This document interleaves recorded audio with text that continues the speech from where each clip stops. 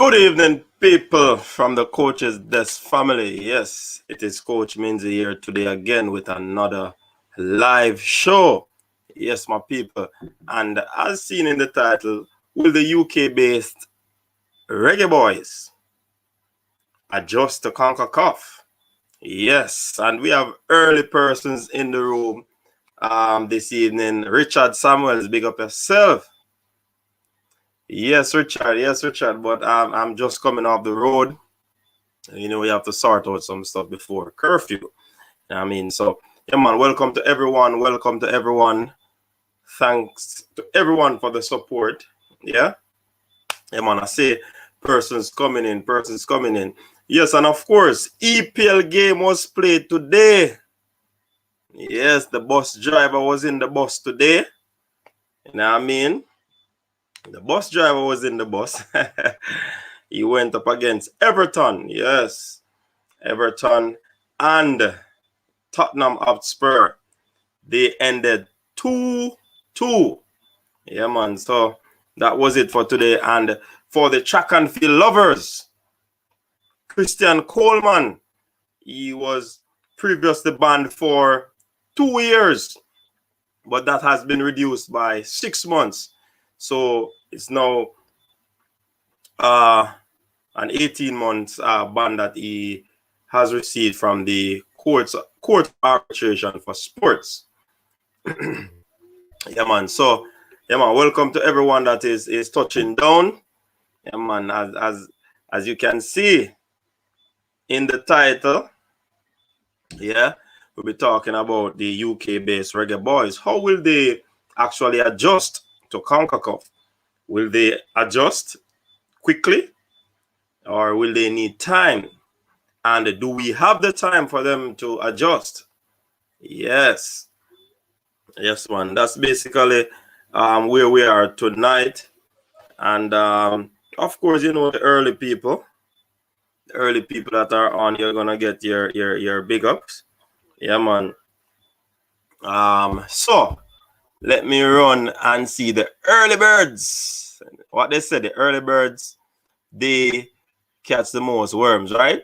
So Richard Jamani Tomlinson, welcome to the show. First time seeing that name.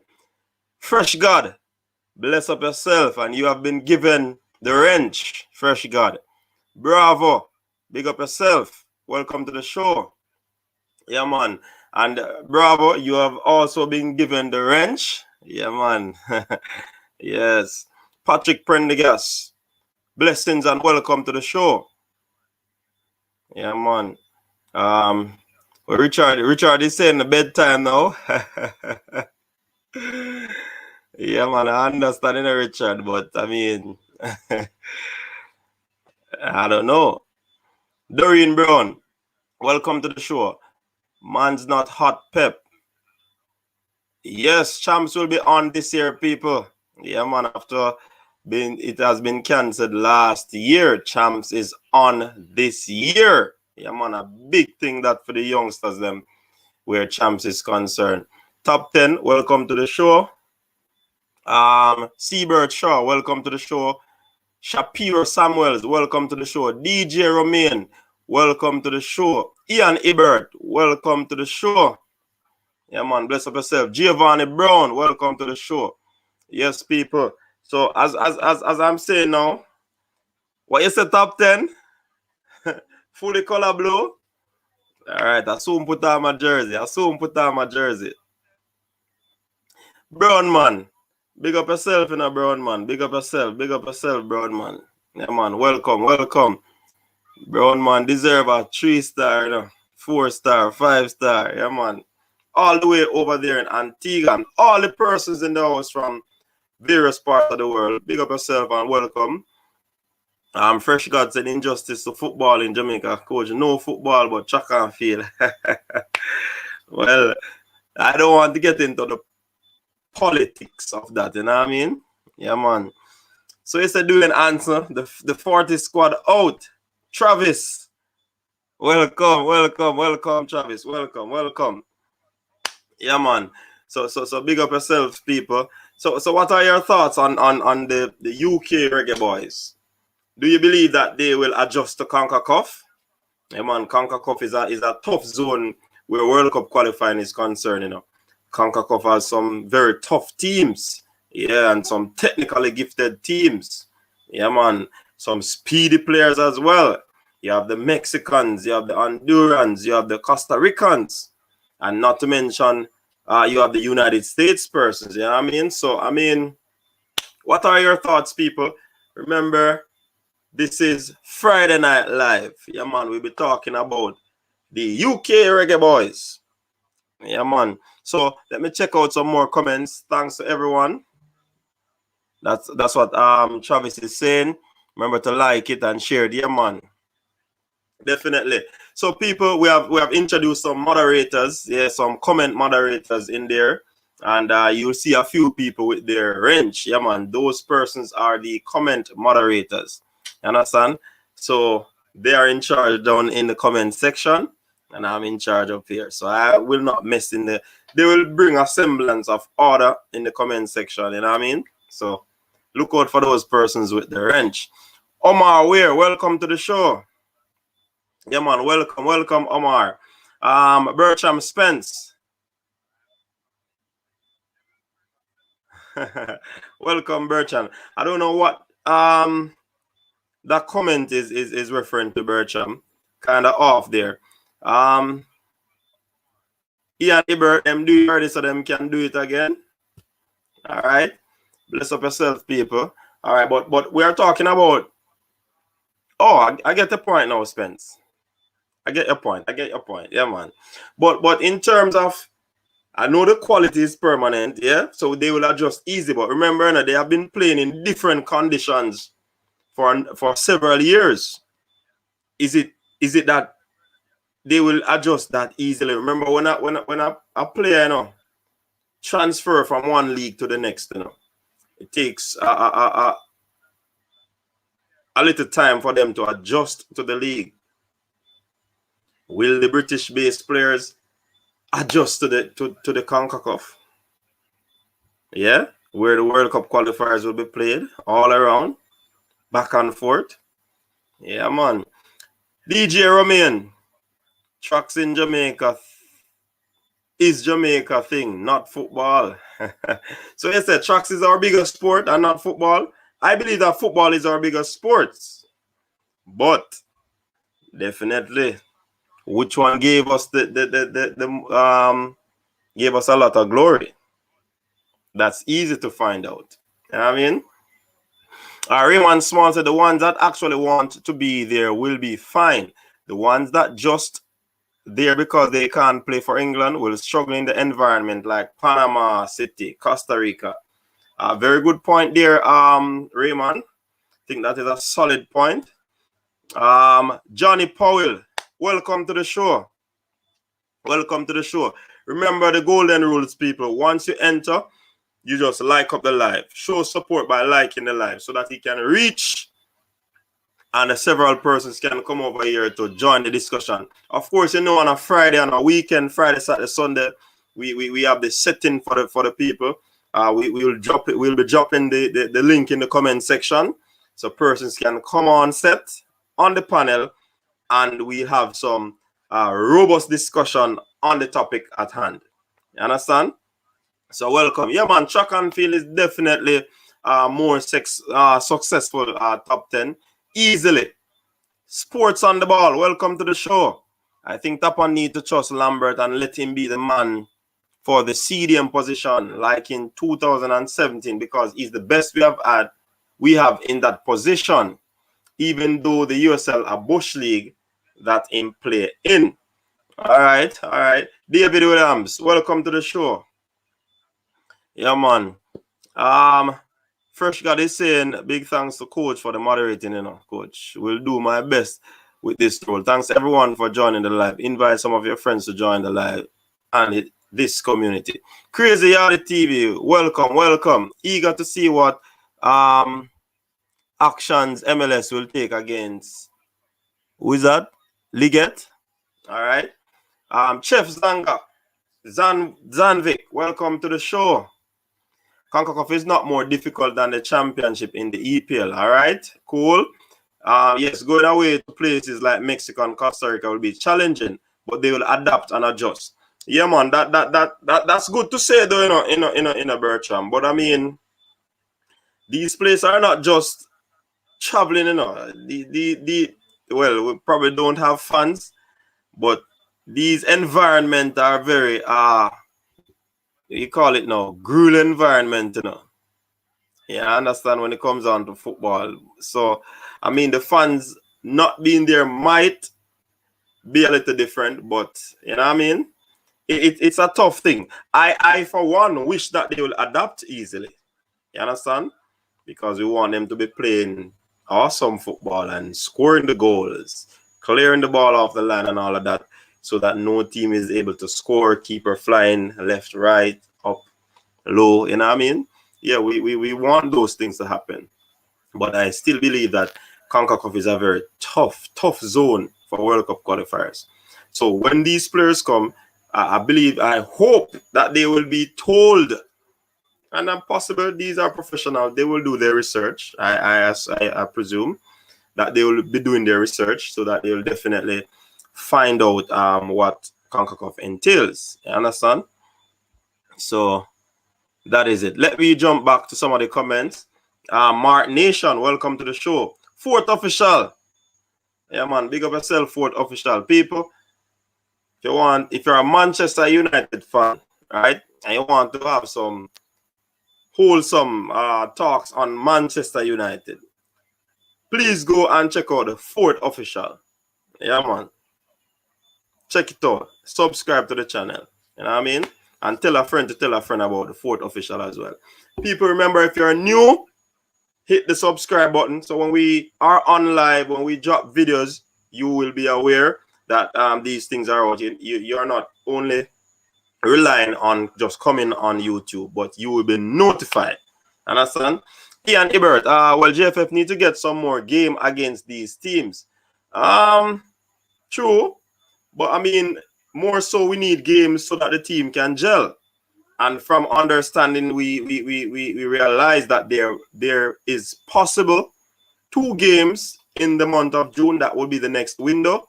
So we are hoping that those games will be concretized so that these players can come together and play some football. Definitely, that's what we want to see. David Nichols, welcome to the show. Welcome. David Nicholson. Yeah, man. Yeah, David, we can sort that out. But you'd have to comment on one of the videos so I can do it. You understand? Doing answer. I see Craig Butler posting a pic of 4 kids in Crystal Palace. Garrett, did he get his kids in the academy? Yes, I think they're on some trial run or something of the sort. Yeah, man, that's big up to Craig Butler. That's big work he has always been doing, you know what I mean? With the Phoenix Academy. Kudos to Craig. Yes, David, like I said, just comment on one of the videos posted and we work that out for you. All right, where am I with all right, DJ Romain, Champs Full Stadium, not schoolboy football. We have world-class track star. Don't see that in football. Can't go around that, DJ. No day. Cannot go around that. Bertram Swens, you know, we have never won a game in Central America. These are the arguments that I like to hear because CONCACAF is not a walkover. And these professionals that are coming in, they should know that. And the Jamaican fans expect big things. The Jamaican fans, they expect nothing other than victory. The worst or the least you can give them is a draw. You know what I mean? So think about it, Bertrams. Think about it. Think about the CONCACAF zone. Some very tough teams to play. Ivan Toney, Mark Nation. Ivan Toney has not made a commitment to date. Bless up, Shedra. Welcome to the show. Those 4 youngsters are training as a result of the partnership between Phoenix and Unique Sports Management. Yes. Yeah, man. They have partnered. They have signed a deal. And that's why there are a lot of speculations that Leon Bailey will be heading to England in the summer, because Unique Sports Management is based in England, and Phoenix and them would have sorted out a partnership. Yeah, man. Mr. Primo Vision, welcome to the show. Yeah, man. Kevin Bailey, welcome to the show. Welcome to the show. Welcome to the show. Mark Nation, Liverpool fan, you never walk alone. Boy, I'm sorry for Liverpool in the Champions League. They were hosted by Real Madrid. Yeah, man. And the mighty Germans, the mighty Bayern Munich, they were hosted by Neymar, Mbappe and company over there from Paris, PSG. Yeah, man, I could remember the days when Ronaldinho used to play for PSG, and then we had our little Jamaican, what's his name again? Keith Kelly. Yeah, man, he was over there with PSG. Yeah, man. All right, so you never walk alone. You never walk alone. You never walk alone, Mark Nation. Yeah, man. Kiddo, what about him? He's playing for Arsenal's academy. We understand that he was training with the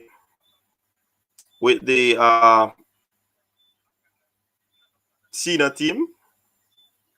Yeah, so I mean, nothing much about Kiddo at the moment. And we also know that he was gathering documents to look about his passport independently.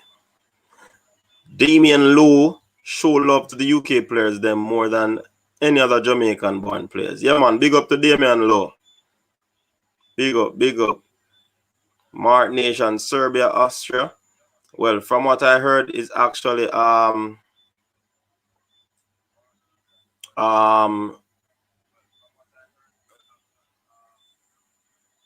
it's Serbia and possibly Japan. Yeah, man. All right, look at me going far B. All right, so I'm back with where the comments were. Yeah, man. Sheldon Clark, my brother, big up yourself. Welcome to the show. Yeah, man. Big up the Y2K family as well. Yeah, man. Demar, welcome to the show. Do you see Kyle Walker-Peters playing for us? That's an interesting name that we have been seeing popping up. But I mean, in order for that to happen, he would have to have held talks with he would have had to hold talks with the JFF. Yeah, man. All right, Dalbert, welcome to the show. Biggest challenge would be playing in the humidity. Don't underestimate how hard it is to play in this humidity if you're not used to it. That is true, fourth official. Yeah, man. I heard about them saying they're planning for camps in Jay and England. Yes, I heard about that as well, Fresh God. I've not confirmed. Coach, what happened to Conroy Hall? It's been a while. It's been a while, Sheldon Clark. One of the bright talents from out of St. Catherine. I understand that he went overseas and all of that, but I'm not sure what is happening in his football career. Devon Porter, welcome to the show. The English-based players are seasoned pros, and they won't be intimidated by CONCACAF fans because they are used to worse in England. The English football fans are hooligans. Yes. But Devon, I think more so they are talking about, I'm talking about the conditions in terms of the humidity, as fourth officials say. You know, it might be a tough ask for these players. But then again, they are professionals. It's just how they're going to adjust and adapt. That's the real matter. But that is a big point that you made there, because nobody can be the English fans when it comes on to being the hooligans they are. Huh? Dr. Joyful, welcome to the show. Mark Nation said Craig Butler would do a better job more than and even Stuart Stevens. All right.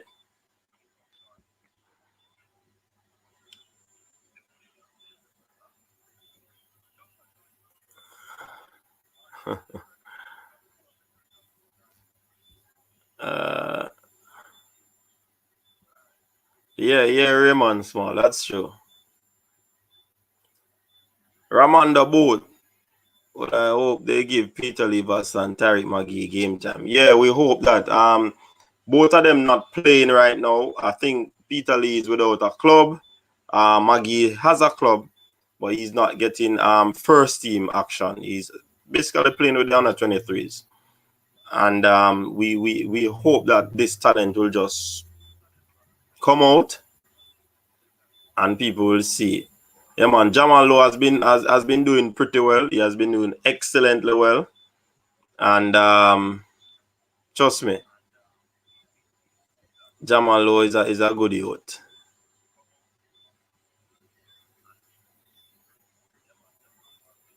Kiddo smile when asked by Crazy Yardy TV. Finish that statement now. When asked if he is Jamaican by his friends this morning. He just smiled. Yeah, we have had tough games in Central America. Definitely. Would have to pull up some stats to see if what's the win ratio where that is concerned. Gregory Reed, welcome to the show. The professionals, so they should fit in pretty easy, all right?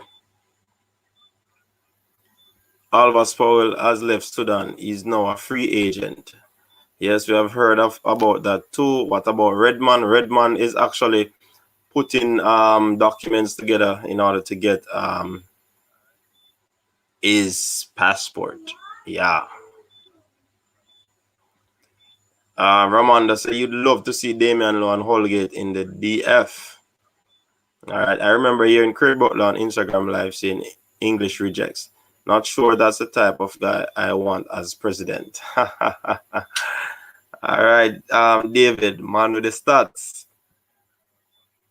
You are struggling in Central America. Kemar Roof, waiting on his passport. He will be playing for Jamaica. All right, so I see David send a message. Let me check that out. Give me a second here, people. Yeah, man. So Kemar Roof, yeah, man. He should be playing for Jamaica. He was looking about his passport. Should have gotten it by now, but not sure if it is in hand as yet. Alrighty. So people ready to drop the link in the comment? Ready to come on board? Are you ready, people?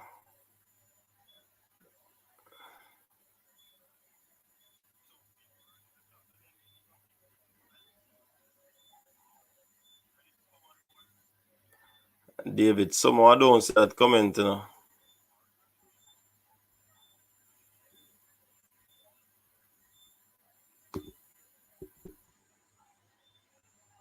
David, you just drop a comment, saw the notification, but I'm not seeing it.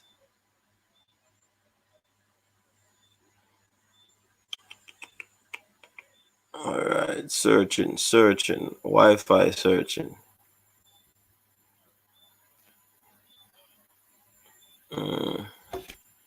Let me see which video it came up on.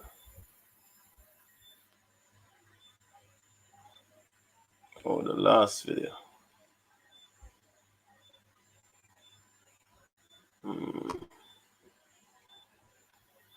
Give me a sec, people. I'm trying to sort out something just now. Give me a few seconds.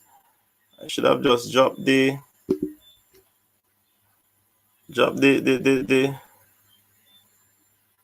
I'm not seeing David's thing.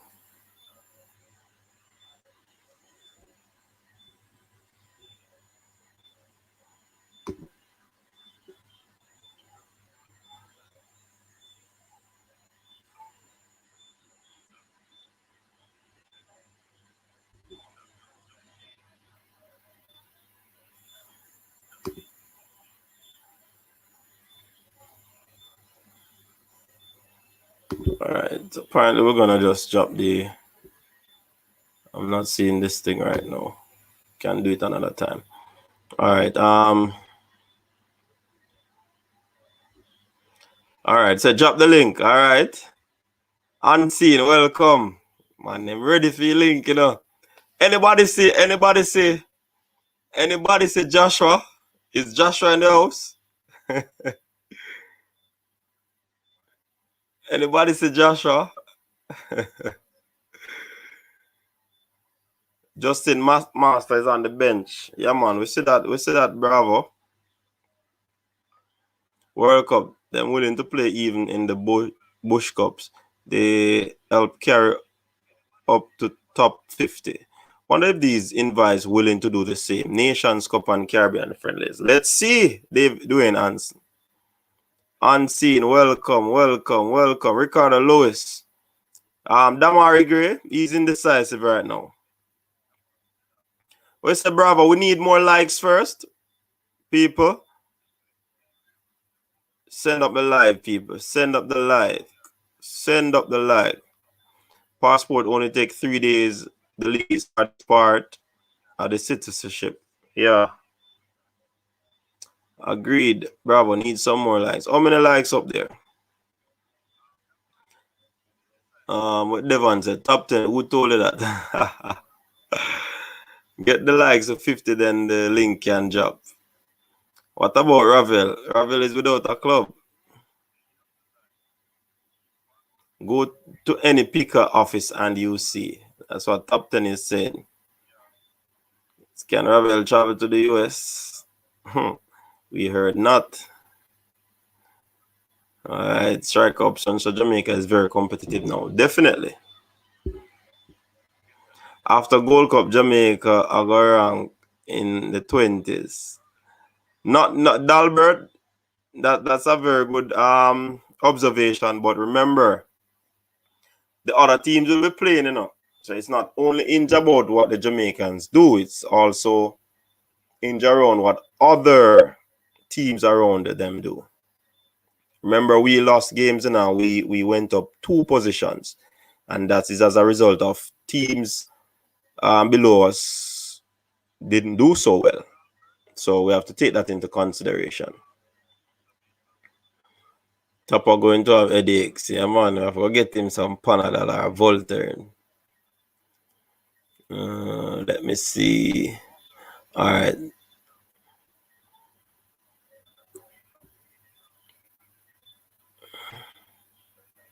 I think this will be the best set of English players to join the program. The more players who join, the more they will encourage others to do so. Yeah, it's like a snowball effect. Currently 37. Get it to 50, guys. All right, people. Before the link drop, we need about 50 likes.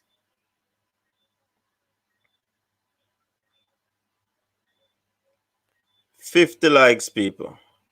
Top 10. It takes me 6 weeks to renew my passport from Canada.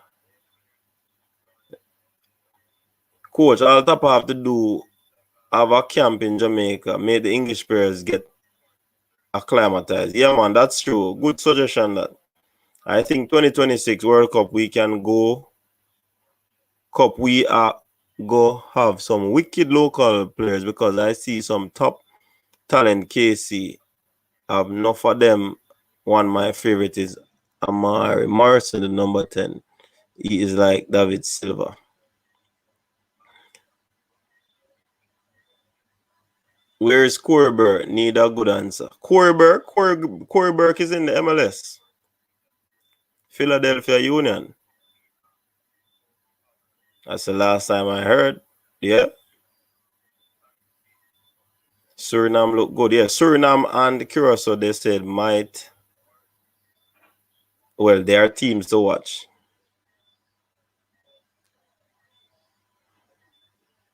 Leonard Clark, welcome to the show. Leonard Clark.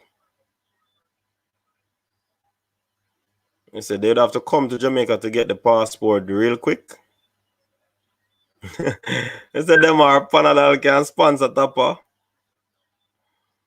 Linking fans to football. Welcome to the show, man. Welcome, welcome.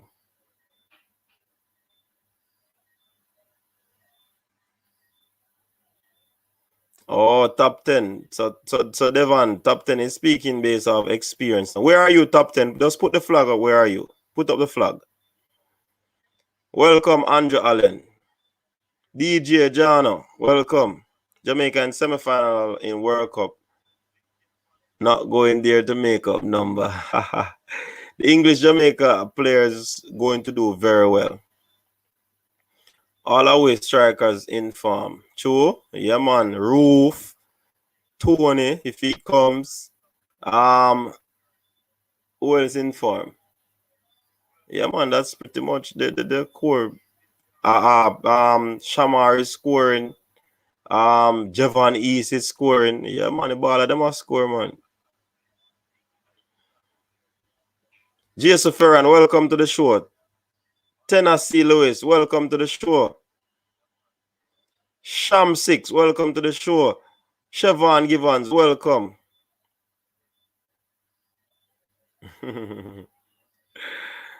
Serbia ranked 25, Japan ranked 28, US ranked 20, Mexico 11, Jamaica ranked 45. A few wins should help us up the FIFA charts. No, well doing. What happens, you know? You see, if, so for example, we beat Serbia, right? And other teams ranked below us continue to win. It's not a must that we jump up the rankings, you know. You understand? Because if teams are in front of us get beaten badly more than once, then they might have a big jump. And it also depends on what teams do that are below us as well. So it's not as easy as that. So top 10 is saying he's in US, Devon. And that's how it took him 3 days. So, all right, drop the link now. All right. JFF need to look for players in their early 20s or late teens. Yes, Richard. I agree with that. No, it's not illegal to pay more money to get it faster. And so this is the hardest team to pick in Jamaica history. All right, people, I'm going to drop the link for people. Come on board. Yes. And just share their thoughts on the topic and any other sport they want to talk about. So, 2, 3, and boom. Yeah, people. So, there's the link, people. There's the link. Yeah, man. Run on over. Run on over. Run on over.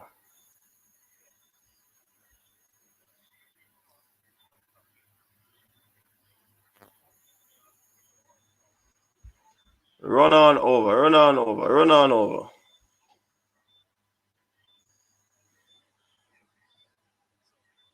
When will Southgate pick his team? That is an interesting one in the Anjo. But I believe that it's going to be sooner than later. Yeah, man. So, let me see if I can. Nobody coming on tonight? We're going to have an early night.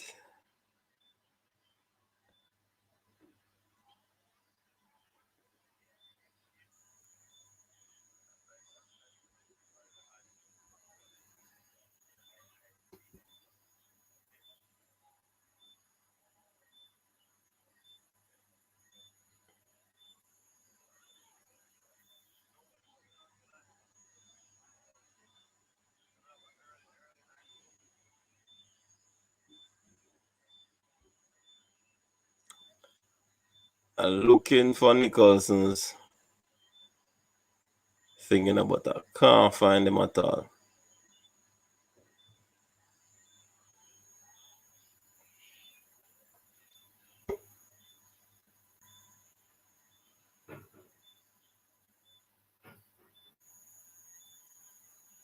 You're like somebody pop up on the 2 pop up. All right, people rolling in now. David, you probably have to send another comment, you know, because I'm not seeing that one. I saw it before, but I've not seen it in the comment section.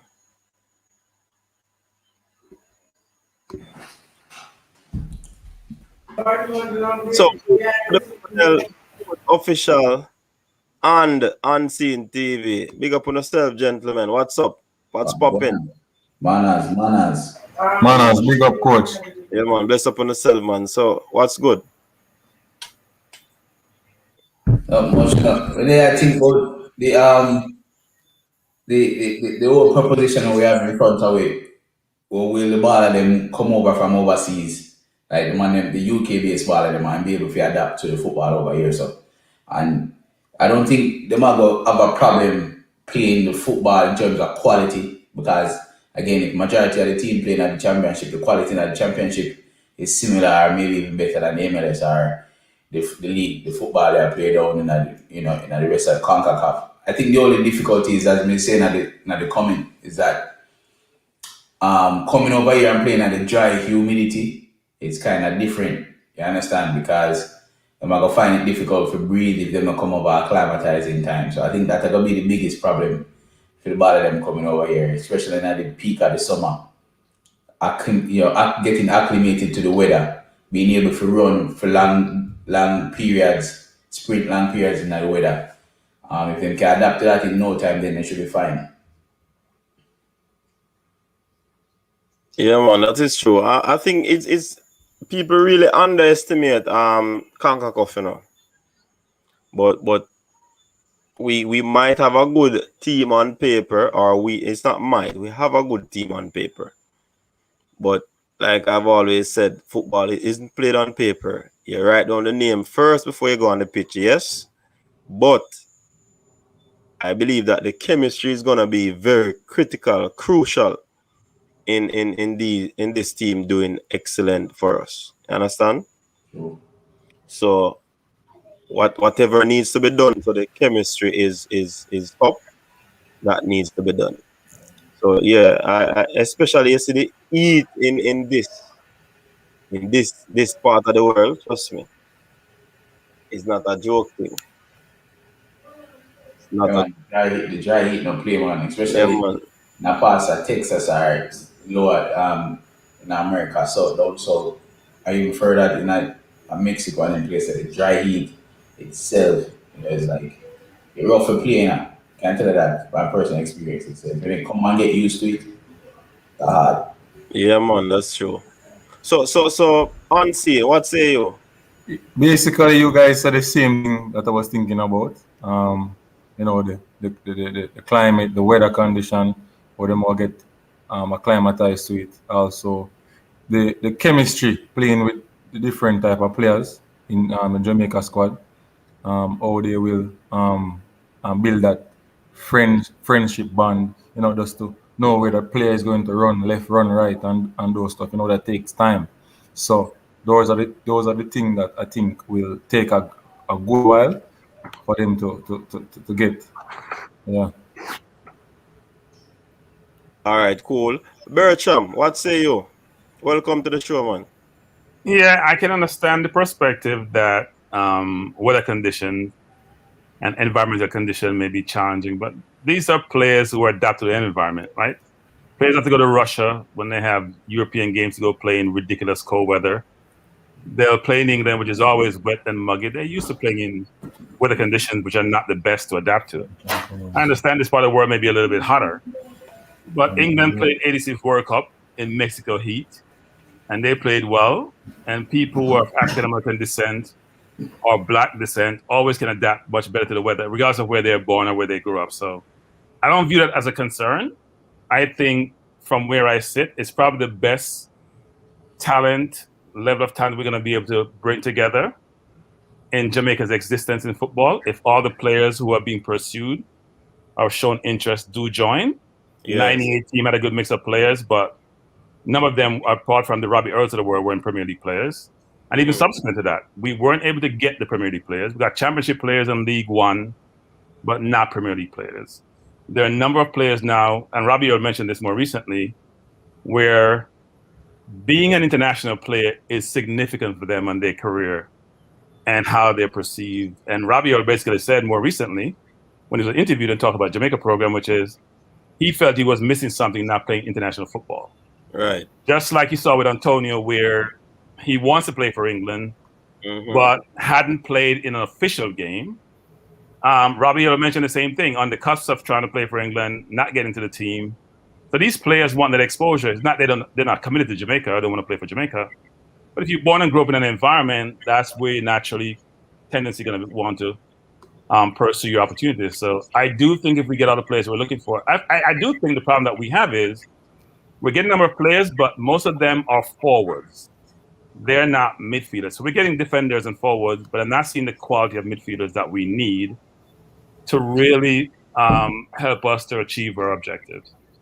Yeah, I agree with you there, Bertrand, because that's one of the key areas that I believe that needs to be addressed so that these forwards can get passes up to them and so forth. Because trust me, we need somebody in the middle of the park to control the tempo of the game, turn up the switch whenever it needs to be turned up, and to turn it down whenever it needs to be turned down.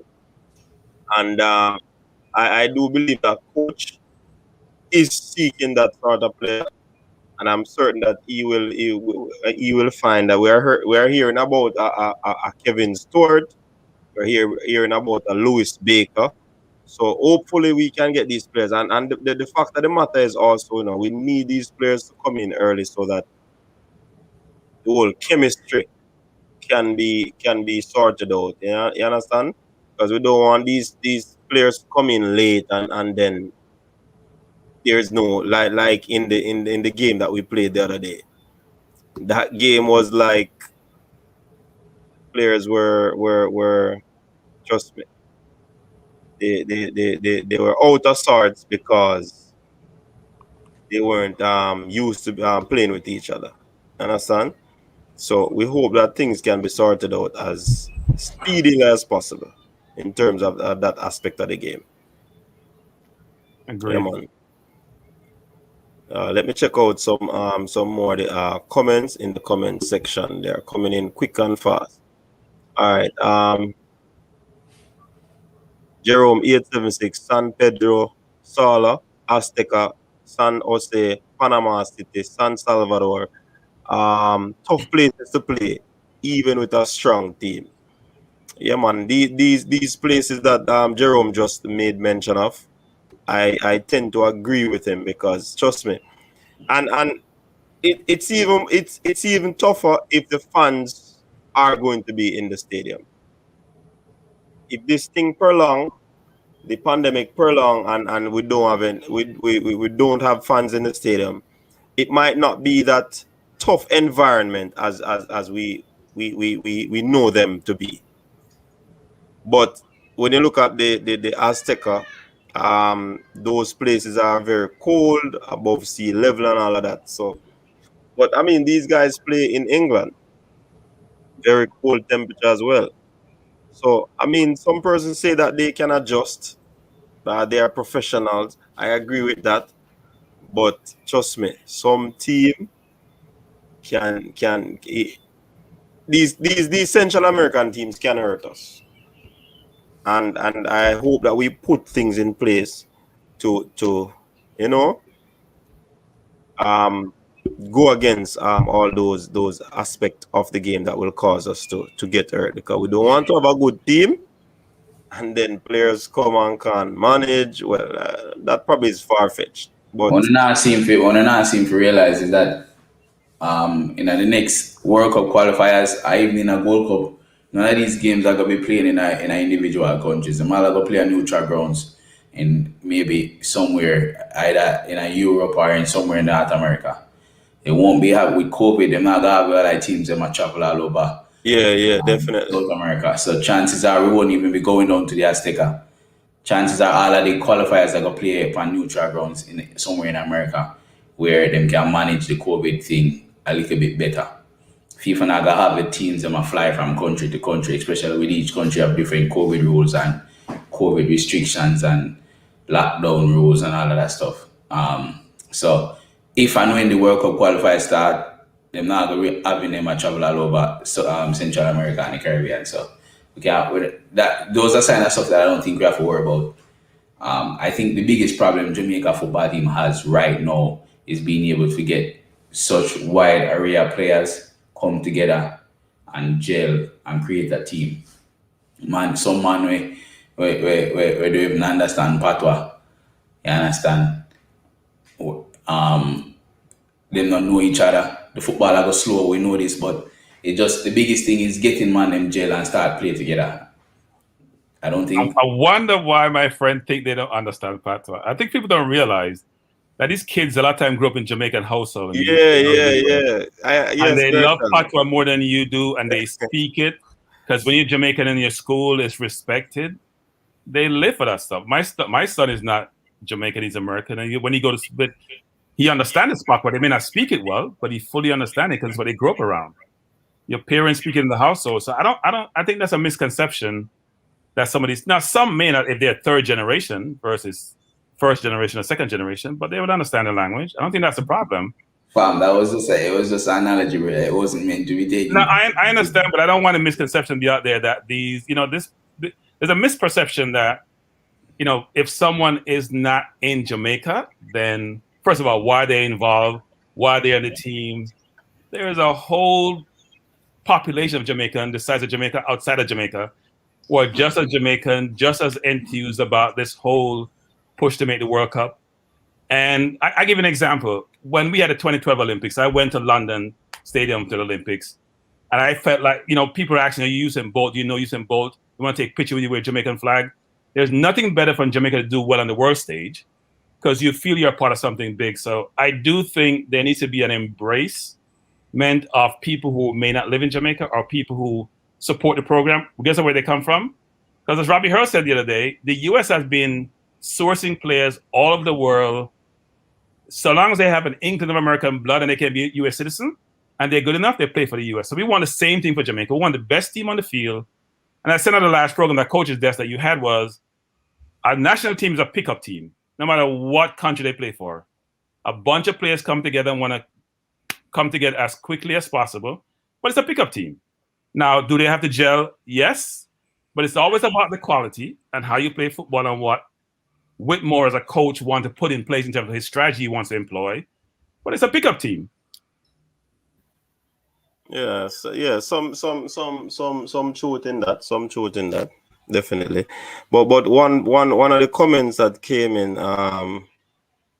let me see. This comment. What are your thoughts on this one? CONCACAF said we'll play home and away for World Cup qualifiers. That was addressing what you were saying about the teams not playing. They'll be playing at neutral grounds, Rome. Yeah, but CONCACAF can't decide that. CONCACAF not decide who play home and away. COVID make that determination there. You understand? So even though they might want Jamaica to travel, go down El Salvador hypothetically, right? To go play. But if El Salvador not really have a handle of the COVID situation, vaccines are rolling out as much as possible. How the team are going to travel going to El Salvador? If El Salvador say they not accept nobody to come in, how the team are going to travel?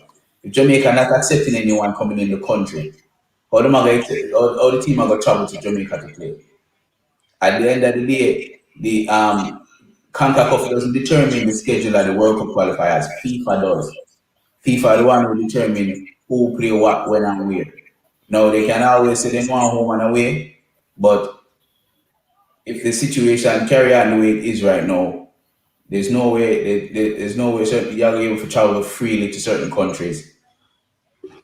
Like look, take Eric Bailey for example. Him left and go pay for Ivory Coast the other day, and then him catch a virus and then after they done there for 2 weeks, come back and after gone back right in quarantine again. COVID are going to determine how the Euros carry on, how the World Cup qualifiers carry on, how the World Cup carry on. All of that is up in the air right now.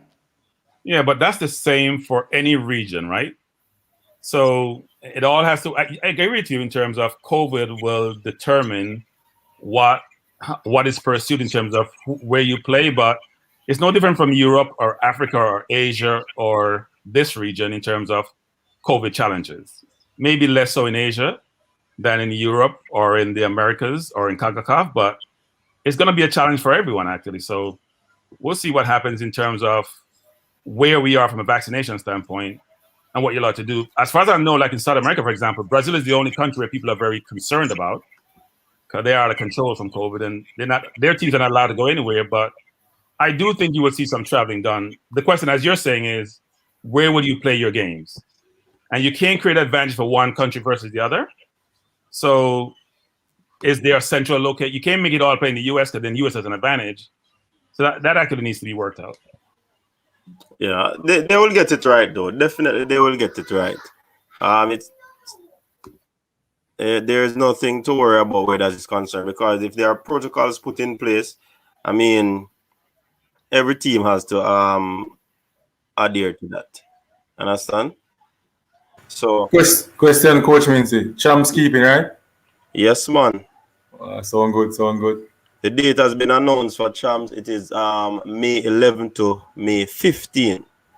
So all the track and field fans, home and abroad, champs will be up and running.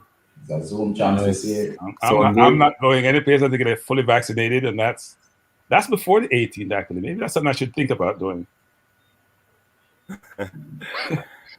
No fans allowed, right? Well, we have not heard any clarification with that, but I believe that would be one of the stipulation. No fans, definitely. I understand, because the fans are what really make champs it up. Fully vaccinated. In terms of support, you understand? But in terms of the athletes are really the stars of champs. So the vibes is not the same without the fans. The vibes is not the same. Definitely, you know, the crowd support in any sport, Bertram, is different. Because when I see some teams playing, look at the Old Trafford. You know that is always the 12th man. Look at Chelsea, look at Liverpool. Those teams always have the 12th man when they are playing at home.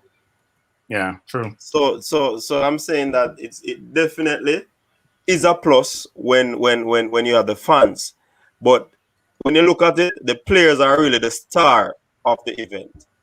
So the show will go on if the stars are there, and definitely it is going to go on because the athletes are ready. So as the fourth official has been saying about CONCACAF, I assume that the Athletic Association is going to put protocols in place to protect the athletes. Mm-hmm. It's a lot of athletes to protect for an event. It's almost similar to the Olympics. Yeah. I mean, those things will be worked out, man, because, you know, at the end of the day, they are going to think about the safety of players. And like fourth official said, in terms of traveling around, I think that will be minimized. Remember when Reggae Boyz were going to play US, they had to go on a neutral ground to play that game. So I mean, I envision something like, well, the Olympics in terms of the athletes has always been a cordoned off situation where they have the athletes village, right? Where just the athletes and coaches and staff and everything. So it's going to be similar to how the NBA finished off last season. If you remember, the NBA did rent off a particular area and all of the teams were within that area and then finish off the season. So it's going to be something similar to that Jamaica will have to undergo for champs. It's like the athletes throughout that time should not and would not be should not be allowed to go home and then come back the next day. You understand? They have to figure that out. It's because it has to be somewhat of a bubble. You understand? Because COVID now going. Yeah, that's true. But in terms of that, well, a big point that you're making, you know. Bubbles are expensive. Yeah, bubbles are going to be very expensive. Yeah, but it's a big point. It's a big point. I'm not certain if that, because to keep them in one location, 100 of students from a particular school in hotels and all of that, it might be tricky as well. I've not heard the premise on which it will be allowed, but the fact of the matter is that champs is on, so we can all speculate. Coach, Yeah. based on how the meets building up the champs went on, the powers that be is doing a pretty good job because I don't hear anybody with any COVID, any child with any COVID, any coach with any COVID. Yeah, Anybody we getting probably ill. we probably won't hear it because things like that are not released. You understand? So But it is a good look on the outside, right, but you have to consider that there might be cases, but they are just not being highlighted. Coach, hold on. Alex, welcome to the show. Damn. Alex finally turn on him stop cam. Alex, what do you think about the UK Reggae Boys? Do you think that they will adjust to the CONCACAF region? I think they have to get a camp first, but I mean they're professionals, so they should adapt anyways. You get my come from, but I think the camp will be good. It will be more better for them, have a more advantage, so they can get used to the region and thing. So I think it's good for them, but I feel like they're professionals, they can get the job done. And I feel like, say, if you play a different system, if you tell the players and play a different system, I don't think you need them to gel in that case. But I must say, yeah, I think they will be fine. All right, cool. And do you? We have a little binding where the midfielders are concerned. Mm-hmm. Let us discuss that, gentlemen, because we have been getting a lot of attacking players, the wingers, the Jamal Lowe, the Damar Gray, the Roof, the Antonio, hopefully the Tony. We have Shamar Nichols and all these players. We got some defenders, a Tilt, a Hardin, a Pinnock, a Moore, a Bell. So how do you see us going forward if we have not cemented a ball handler in the middle of the park? You want to answer that first? Go ahead, man. So first, there's more than one player that play wing can play midfield position. That can play the position very good. So like so for instance, Kemaru, he can play attacking midfield if you never know about that. Nathan Redman, he can do the same too. You get where I come from? Yeah. And the way you said to the team, you know, you get where I come from. It's no, all but Alex, we are looking at a defensive sort of midfielder because yeah, man, we have a lot of attacking players. Those midfielders that they're attacking midfielders, attacking players. But we need someone to sit or two to sit in front the defenders, and we have not really. Well, we have identified persons, but they have not committed to date. And we hear talks about Damian Lowe believes that he can play in front of the defenders. Let me hear I agree on that still. I think he can do it. Why not? I don't believe when he can do that. He tackles well. Is he a good passer? Yeah, but he can pass well. Being a good tackler doesn't mean he can play central defensive midfield. Yeah, that's one trait that they need to play central defensive midfield. No, but most centre back can play D mid. Yeah, so most central defensive midfielder can play centre back, but not most central back can play mid. Like the traits that you have to combine together to play central defensive midfield, mentally and physically. Most centre back now have that, the agility that you need, the quickness that you need. Now, I can't say he's not going to be able to play it, but at what level will he be able to play it? Will he be able to play it at a level that will make it competitive? Like, when coach say, all right, we need a midfielder, Alex mentioned Redman or the other man, that not the type of midfielder, even though they might be able to play central attacking midfield and play behind a striker. What we need is a central midfielder, someone we can take the ball from the defense and connect to the forward line. Similar to the role where Wasteman they are going to play when a team we have a team right now. We even want to call him name because we know we get with him already. You understand? Oh boy. Similar to the role he would have played. We need that's the type of midfielder we need. The typical number 8 we can get the ball from defense and connect with the strike with the front line. Sorry, Rome. Remember, his father was a utility man, and he moved from defender to top striker. So, I mean, if the son can move from defender to top midfielder, I mean, even though as a coach, I wouldn't want to play a player out of position, because many of you might not know, but Liam Moore can play central defensive midfield. But to me, his best position is the central defender. And I believe Damian's low best position is a central defender. But if we don't give him a try, I mean, that these are the things why friendlies are important, you know. You understand? So if we can partially put him in a situation where he plays that position in a friendly, you never know. Yeah, but coach, that position. You would agree that if me put my mother, my sister, and my grandmother out upon the field, me I go look like Roberto Carlos. It's a different scenario, Rome. The man trying to say. Get the analogy. No, I'm not trying. Your opponent can make you look like a superstar. That too. You understand? So if we put him in our friendly and him play against Bermuda or Suriname, I go look like a star. But then when he go up against some proper opposition, where I go you press him when him back turn to them. What am I gonna do? Can he avoid the press? Is he good in moving? Or mental stay with him at pre the game from in the midfield as opposed to pre the game from in a central defense? All of them stuff they are gonna be tested when you play against proper opposition. When they don't have enough time on the ball. When they don't have the ball in attack. That's the kind of stuff we have to think about. What fourth? Yo. Question. When Damian Lowe playing and like there's opposition pressing him in the box, he's so calm. He may really lose the ball in the box, you know, and he play out the ball, right? So I believe him not gonna give the ball in the midfield like a Hector.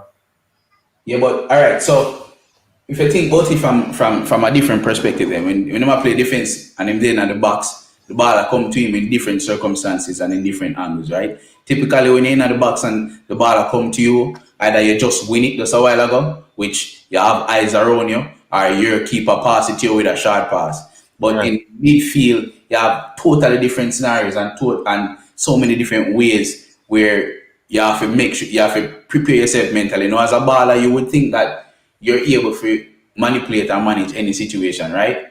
But we don't know how Damian Lowe is when the keeper make a short pass to him and him have a man run on to him right here. So and him only had the option is to go left or go back to the keeper and them are pressure him. We don't know how him is in making quick turns. We don't know how him is in looking over his shoulder when the ball come to him. We don't know how him is in certain situations breaking the press, all of that stuff. Is that really the risk you want to take when you try to win a Gold Cup? No, we're not taking a risk, you know. We're going to make... I'm answering question there. So Hector play centre back. Huh? Hector play centre back. Good question. Good answer. But Hector play CDM too. And that them have been there, yes. All right, so me ask you a question. Why do you think D-Lo can do the same job? Any centre back can play a better job.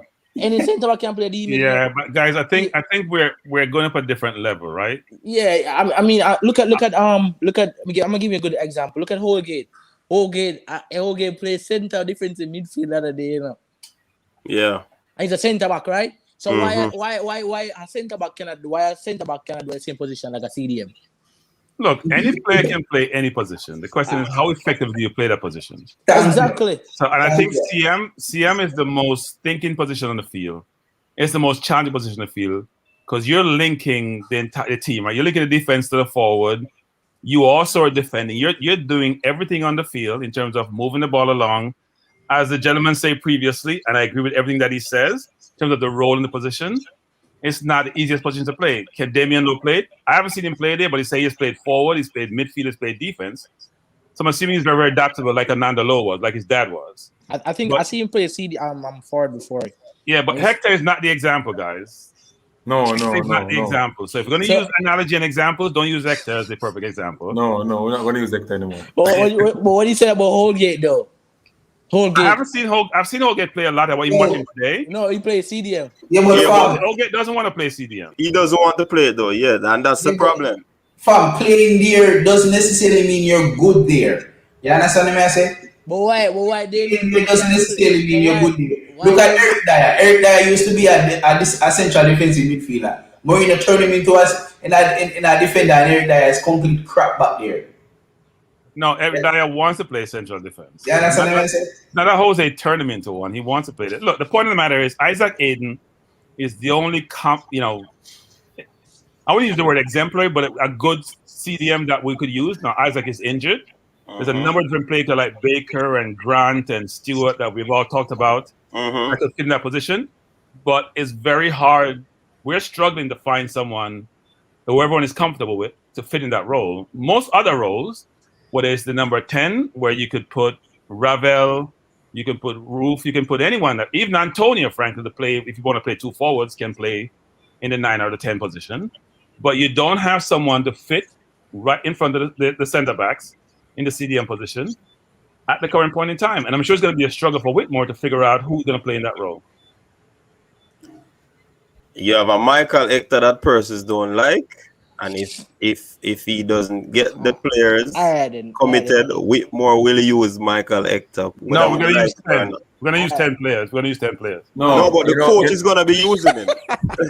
I'm not saying I'll use him. The coach is going to be using him. Michael. Coach. You know why I think Whitmore will use Michael Hector, because he's going to have better players around him who can help him. You know, remember the last interview we talked about it. Good players who can develop him game and make him perform better. You might have good players around him, so maybe him can give you a good game. But boy, you know when he might go chip. See, all the people were supporting even people supporting Michael Hector have concerns. I'm an Arsenal supporter. So if I think about Xhaka or David Luiz, they're a mistake waiting to happen. Yes. You know, Michael Hector is a mistake waiting to happen, and it's going to happen, and then he's going to get crucified by the fans. Yeah. Coach. May I ask you a question? There, though. Hold on, before you ask the question, Alex, the big coach in the comment section, it's on screen. Karoom. He said to play central midfield, you have to have 360 vision. So you have to be able to do that.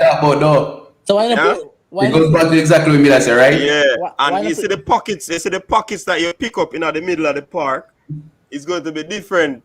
But you pick up those spaces in defense, you know. Right. But I'm not saying that he can't play it, you know, people. Don't get me wrong. But you don't want to always have a specialist player in a particular specialized position. Put it this way: it's easier for a central defensive midfielder to transition into defense than it is for a defender to transition into central midfield, because of the roles and responsibilities where you have in either positions. That's why Declan Rice can easily move to the central defense and still look like a genius back there. Well, while if you take Rio Ferdinand and put him up in a central midfield, might look last. All right. Kalis, welcome to the show, Kalis. Big up with the females. Ford. Yo. I think the difference is physical fitness. The physical fitness level. In terms of a centre back, maybe not physical fit like a CDM, to carry out the duties. Agility and them stuff there, right? Right. The ability to pass the ball here and move over there quickly to receive a next pass. Centre back maybe can't do that. You understand? But it depends on the physical fitness of the person. So a centre back can fit, very, very fit, and then him just fit in the CDM position. All right, then. Paula Donaldson, welcome to the show. Let me read this question, this comment, Alex. Ohin Blake, welcome to the show.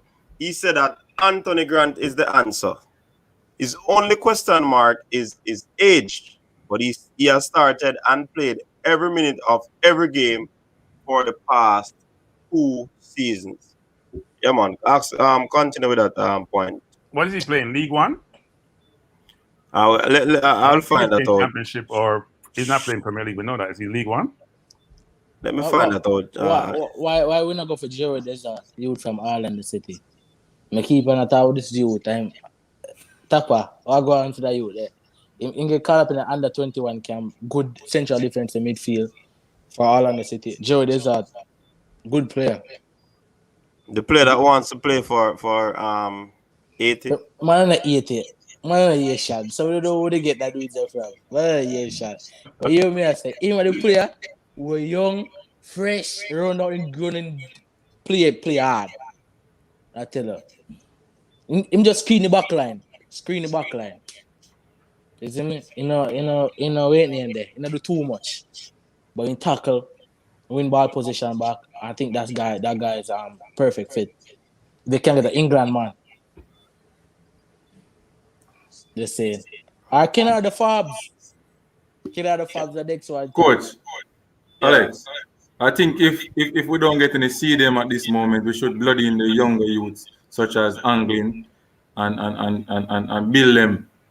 Use the World Cup. And Lambert. Yeah, build them. Use the World Cup and build them in that position. You understand? Anglin ready for this set. Huh? Anglin ready for this set. I get bullied. So, you see the biggest problem we have now? Yeah. We are not incorporating the younger athletes. We're just looking for. I remember Reina is 18 years old, Yeah, we're not using. Why? You young, why we not use him and build him? Why we not building anybody?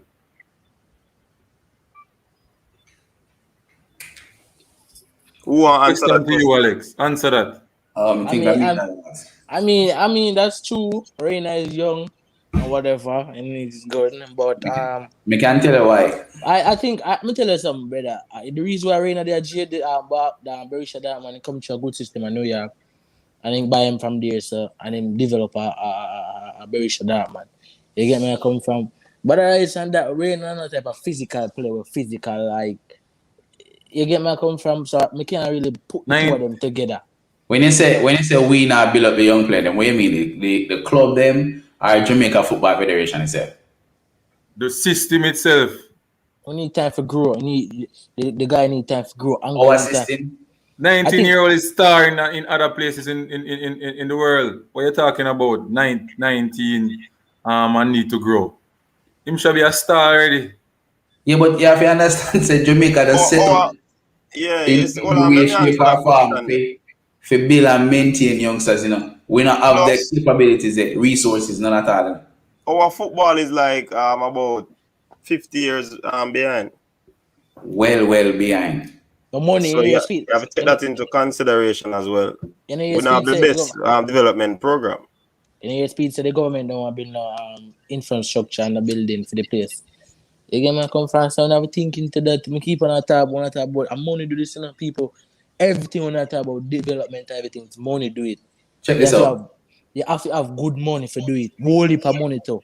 We talk about Kiddo and all of them Monday. Kiddo and them Monday. Them go through a whole program, academy, where the club itself own. You understand? The Rashford and them Monday will go through Manchester United academy. They grow up with them and them and go school together. The school where them get scholarship to go, Manchester United pay for it. And them left from school and then go straight in a football. We don't have that. Our ball of them, we are going to high school and left from after them go play, I go work and Mr. Sam shop so they can get food in them house. You understand? I'm going to answer your question now for it. You have players out here who go through academy out here, right? Who now get picked for Jamaica team, none at all. And them go through a good academy, especially Phoenix Academy, right? Now get picked. Now say that no more. Yeah, but Jamaica not go pick them. Because at the end of the day, where Whitmore and JFF look for, them look for immediate success, right? They want the success now. Right? If you think about it. I think you guys are really going ahead at yourself thinking about development right now. Should be focused on the World Cup. Because big man think we think about it. Why Whitmore would pick a man when I come out of Phoenix Academy right now if you go play in the Gold Cup? You think you should have if you want to win. If you want No, I didn't say that picking somebody out of Phoenix Academy. I'm just saying that there are players out here who can do the job. It's just that with more the structure is not there for the youths then to incorporate the youths in the national program. And money put in the structure. Money. You understand? At the end of the day, look at this. You have what's his name again? You have Norman Campbell and you have the guy from Dintil, the overseas. Karen Price. Those players and Tariq Magee. Those players are young players. And I doubt if those players are going to get a chance at their Karen Price is performing well overseas right now. Yeah, he's leading top scorer. And he's not going to get a chance. That's him right there, Anthony Grant. So answer that now, fourth official. Answer what? Well, he's in Europe. Will you look at them when they're in Europe? It don't really matter. Karen Price, I number top goal scorer in Slovenia second division now. Check that out in our room. I don't know if you know that room. You're not watching the with that play. All right. So we have Anthony Grant on the map here. So when you look at his attacking 45, technical 46, tactical 50, defensive 51, creative 43. His strengths, positioning, and ground duels. So a very good tackler. Weaknesses, no outstanding weaknesses. What? And he can play defensive midfield or in the center. So I have a question for Oheen if he's on the hold on, let me run through this first, Bertram. Let me run through this first, okay. And then if you look at his heat map, he does a lot of work in the middle of the park. But he's 33 though, coach. Yeah, his age is a factor. He did say that his age is a factor. So you look at, he played like 28 matches so far this season, started 26, minutes per game, 83. Attacking, he's not so hot attacking. Passing ability, very good. Or, yeah, not bad. Defensively, interceptions per game, 1.3. Tackles per game, 1.5. Possession, 1.3. Dribbled pass per game, 0.6. Clearances per game, 1.7. So well, to me, this season is what is showing what he has done this season. Based on what you have seen, gentlemen, is this really the man? That's not check Kevin Stewart. Kevin Stewart. Them stats are not gonna really do nothing for me right now. Yeah, but what's his age? 33. Nah. Which league he play now? League One. League One. League One. Put Kevin Stewart. Put Kevin Stewart. Yeah, man, we have put up Kevin so but Bertram did have a question for Oheen. Now I want to know if he's good enough, why is he in League One? That's my question. Why is he not playing championship football? Age. I'm not focused on the age. Look, Ronaldo is 36. He's playing World Cup next year. If you keep your body in good shape, 36 is not old in today's environment. Remember, Ronaldo is a different. Tom Brady's 40 what? Tom Brady's 41, 42 for playing quarterback. You can't compare Tom Brady and football. Football are different. Yeah. No. Guys, back up. How many quarterbacks play until they're 41, 42 years old? Don't talk about we're not talking about sports. I know it's not talking about NFL. NFL and football are two different something. No. Guys. Let's take. You're very young. I understand where your perspective is. You're very young. Take it from a more informed party, which is sports. You can have an analogy in sports, whether it's basketball, football, cricket, baseball. It doesn't matter what the sport is. The fact of the matter is, you have players who are playing older nowadays because they have right nutrition. They train really well. Ronaldo is 36 years old. He's scoring goal for Juventus. He's going to play World Cup next year. Grand stats suggest he's playing well, right? He's 33. That suggests. Here is why you cannot. You can use Zlatan and you can use Ronaldo as your examples. You cannot. I'm giving an example of sports, and he's saying, "Well, you can't compare. It's two different sports." If a football game lasts for 90 minutes. 60 minutes out of that time, Tom Brady up on the bench and watch the defense play. Exactly. So right? If a football game is a football in terms of all Tom Brady have to do for prolong his career, avoid getting hit and keep him arm fit. You ever get right arm fit? That's basically what you need. So that's not necessarily a have you ever got hit playing football? What? You ever got hit playing American football? Bro, I don't play I never play American football. Exactly. I play rugby. We don't use no. So even if what I'm getting is not There's a point, link. bro. There's a link. Oyin wants to answer the question or respond. Yeah, go ahead, Ohin. But I want him to Love jump you, on the panel. So Oyin, you're welcome to the panel. But There's you're a right, link. still, age is not really the question. The question is why is he playing in League One? All right then. Swindon All Town. right then. May I ask now question? If it's a Can Oyin answer the question, please? Can Oyin answer the question, Alex? No, a different question is may I argue. No, let Oyin answer the question first. All right. Let's see what he comes up Oyin, with. you're gonna answer. You're gonna come on. No, come on. Alex, you can't say what you said till the man come on, man. All right. Yeah. By the way, Oyin is a very informed party. Yeah, definitely he is. Oyin is Apparently he's informed. coming on. He's coming on. Yeah. Fourth He's official, coming right? on. No. Jerry now at 18, right? And Type Maggie at 22. So if Type Maggie get first team game, would you consider Jerry a better than because he's a 2 year older? If what? So you say age factor play a matter in a football, right? Me? No, me just say people say age factor. Yeah. Age factor. So this is the question, right? This is the question. Coach. Yeah. Yes, Oyin. Just a second. Alex is making a point. This is Sir Blake. So Yeah, man. Jerry na 18, right? Yeah. Type Maggie at 22, right? Yeah. So Type Maggie now get a first team game. Jerry now play first team and get first team experience. Do you still consider Jerry a bigger prospect than Type Maggie? Yeah. But Type Maggie have more potential than if he get in like first team football. What? Yeah? You not agree with that? No. Yo, all right, look, let me give you another example. One boy I play, me go give a scenario and you tell me who this is. This man is playing in the Champions League quarterfinals versus Manchester City and he's 17 years old. Who's that? Bellingham from Dortmund. Bellingham. Jude Bellingham. But the man is 17. Age not none for you. If you're good enough, you're old enough.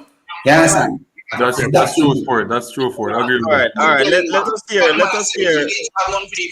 Somebody on mic. Somebody are listening to the program at the same time when them on. That maybe Oyin. Okay.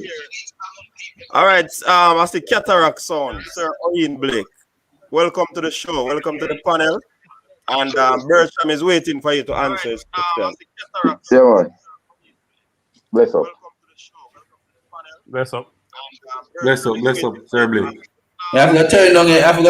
You get a whole of feedback, man. You're listening to the program at the same time. Mute that. Mute the YouTube. I think you have another. I think you have two things open there, Oyin. All right, it sound good Mute now. the YouTube. Hold on. Give me a second. Don't want to cause no problem. Hold on. Let me do the right thing. All right, and you can also mute the mic if you're not speaking, gentlemen. Yeah, man. That can also help. Let me just get everything. If the background is not noisy. Yeah, man. Background not noisy. So Oyin has probably the biggest list of potential players for Jamaica that there's out there probably. Both he and Simon have the biggest list. So here's his perspective on this. All right, go ahead, Oyin. Okay, evening, gentlemen. Welcome to the for life and these things. Bless up, coach. Yeah, man. Respect. Yeah, man. I just want to answer the question directly. And the answer to that is in England, you have certain areas, like we have in Jamaica, that you get blacklisted if you come from those areas, right? And speaking as a young man who had to live there for 10 years and face the prejudice. Anthony Grant is at Brixton Youth, right? He spent 4 years at the Chelsea Academy. And just because of that background, in my estimation, he has sort of been what you call blacklisted. But he reminds me of what Pepe Godison would have been when Samoas went down to Olympic Gardens in the major league. Right. Hold on. Hold on a second. I was telling persons were saying that we're going over England to League One and League Two to get ballers. And I reminded them of when Rene Simons came and he went to Olympics. For Ian, Pepe, Goodison. And now you are reiterating the point. Continue. Right. Apologies if I'm repeating myself, right? No problem, man. Ian Goodison was in the minor league. Olympic was actually in the minor league, which is our fourth tier, we call it third tier in Jamaica. And he has been our best central defender in the last 2 decades, bar none. Coach Samoes went to Wolmer's High School and got Ricardo Bibi Gardner. So the ability to be able to spot a gem in the rough, there's always one gem in the rough there, if you're willing to look at it. Now, I mean, to be clear, right, I don't advocate for specific things because I believe a coach must have a pool to choose from. But Anthony Grant, in terms of a defensive midfielder, has no competition outside of Isaac Hayden in the leagues that are there with Jamaican players. He has no weakness. He might be outstanding at everything, but he has no weakness. That's what the data says. That's identifiable, which means you're above average player, but he's not the best. But when what you want at central midfield is not somebody who's going to make a mistake, right? There's another thing that nobody mentions about him. Of all the defensive midfielders in League One or Championship, he has scored the most goals. He's a goal scoring from deep, right? More goals than Isaac, more goals than Kevin Stewart, who can't start as many games as he has. And he's durable. He has played, look at the thing, 100 and something games at Southend. He's played 26 games this season. He doesn't break down. And I think he would add something for the coach to look at. Because at the end of the day, his coach with more job to pick the team. If the team fail and them fire him, I have the money for give him pay the light bill. So he must be able to pick his squad and have different kinds of players to look at. But I think we would make a mistake if we overlooked a player like Anthony Grant at his age, because the last thing I say to you, how old was Peter Cargill when he helped us qualify? He was older than that. He was older, and he was our midfield general alongside Sean DeMarco in 1997. He was similar age, I think, actually. Similar age, 30, 33, 34. Yeah. Right? So in those positions, a lot of players, your James Milner at Chelsea plays in that role. Not at Chelsea, at Liverpool plays in that role. Yeah. Liverpool. As you get, there are examples of a lot of older players. Matic, I think is not a spring chicken, but what you get is experience and the ability to read the game, which is critical. Somebody said 360 vision. You have to have eyes in the back of your head. Yeah. To know what dangers behind you and be able to link the play forward.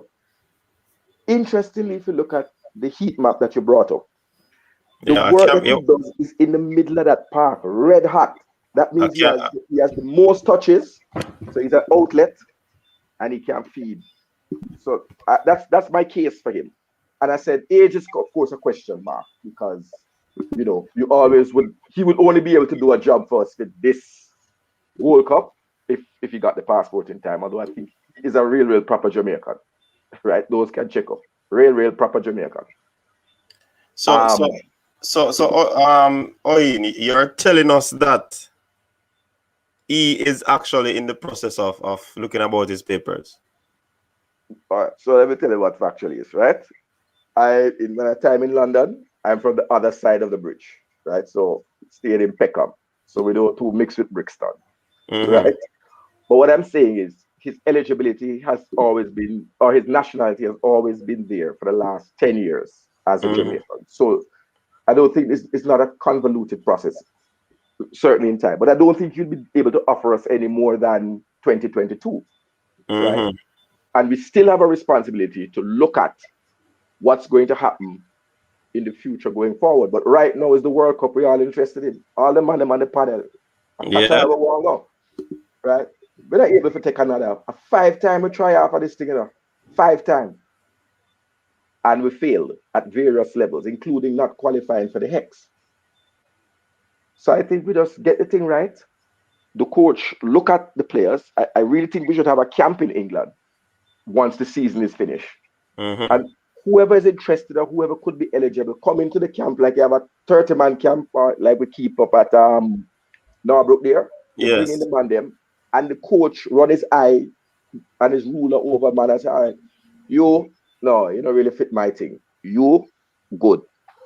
Because you can't just keep bringing people to drop into a team, because there's something called team chemistry. And this position here, this position at central defensive midfield, if you look back over our history, Peter Cargill, Patrick Graham came after, Rudolph Austin. And outside of that, we've been just struggling to find a midfield general. And what I like to just and last thing, I'm gonna dominate the program because other man might have something to say. If you look, you have different kinds of central defensive midfielders. Patrick Vieira, different from Roy Keane. Roy Keane, different from Paulins. Paulins, different from Vinnie Jones. Declan Rice is different from Calvin Phillips. Yeah, right? but Calvin Phillips is different from Ward Prowse. All those you've mentioned are very, very good players. Very good players. Yeah. But they have a different way of playing that position. True. Right? So you can have what you want to do is to be able to break up the play, hold up the ball, make the pass forward or lateral, in order to be an outlet when the thing break down, and prevent the counter attack. Be able to make and from what you're saying, he seems to as the full package, because if he does all of that, break up the play, make the passes, and he also scores, then that is telling me that he's the real deal. And coach, just take a final look. Look at how many look at playing in that position, and look at how many yellow cards or red cards he has. It's so little. Yeah, man. Let us look at it. I have a question for you. Yellow cards 3, no red cards for a whole season. I have a question for you. You're not concerned about the level of competition, not about his capabilities, but the level of competition week in, week out? Okay, so the level of competition, and I mean, nobody have to listen to me. I believe you start by looking at Premier League players at the highest level, and if you can't find somebody up there, you look in the Championship, right? Now, week in, week out, you're operating at that level. He's a product of the Chelsea Academy, which we know is one of the best academies in the United Kingdom, particularly for young black players. Reece James, Izzy Brown, Lewis Baker, Jamal Blackman, you name them. Chelsea Academy and Arsenal's Academy, bar none, are the two best at developing young players. When you come out of those things, you have the tools. You have the basic tools that can stand you well. And if you're playing, my concern would have been if he's not playing week in, week out, have the fitness level. And again, we're only in this position because we're not having a league in Jamaica right now. Right? And it don't look like a league will start before September. So we have to run the rule across wherever. I don't really watch MLS, so I can't speak to the man them who play in MLS. Other persons who watch that league might be able to point out if there's a youth named Corey. What's Corey's last name? Who's playing at Corey Smith, who plays at Swansea. Oh, Smith, yeah, right? I heard. And you have Joshua Laurent, who plays at Reading, who might be worth a look because he's a partner he plays at the same club as Liam Moore, and so you might have that chemistry. You're talking about a 6'2" player playing at central defensive midfielder. That's sort of like the Matic role and the Fabinho, the tall ones who are able to dominate. If a long ball come over the top, they're able to head that back out if it doesn't get to the central defender. So you have a couple other choices, but it's a position. As a matter of fact, it's the only position that we don't really have a lot of Jamaicans in the league. As far as my research is only 7 Jamaicans play that position. Right? And one is injured, which is Isaac Hayden, who we all can admit is a gem. But so an able replacement for an Hayden if he doesn't recover speedily, which I do believe he'll be recovering. We have heard of a Lewis Baker and a Kevin Stewart. I know you have mentioned a Anthony Grant. You mentioned a Corey Smith and a Joshua what? What's the last name? Joshua Laurent. Laurent? Yeah. And I think those are much better prospects than Kevin Stewart. With due respect. Because when I looked at Kevin's heat map, it seems to me like he doesn't take a lot of touches. No. Plus, he also has not had a lot of games this season.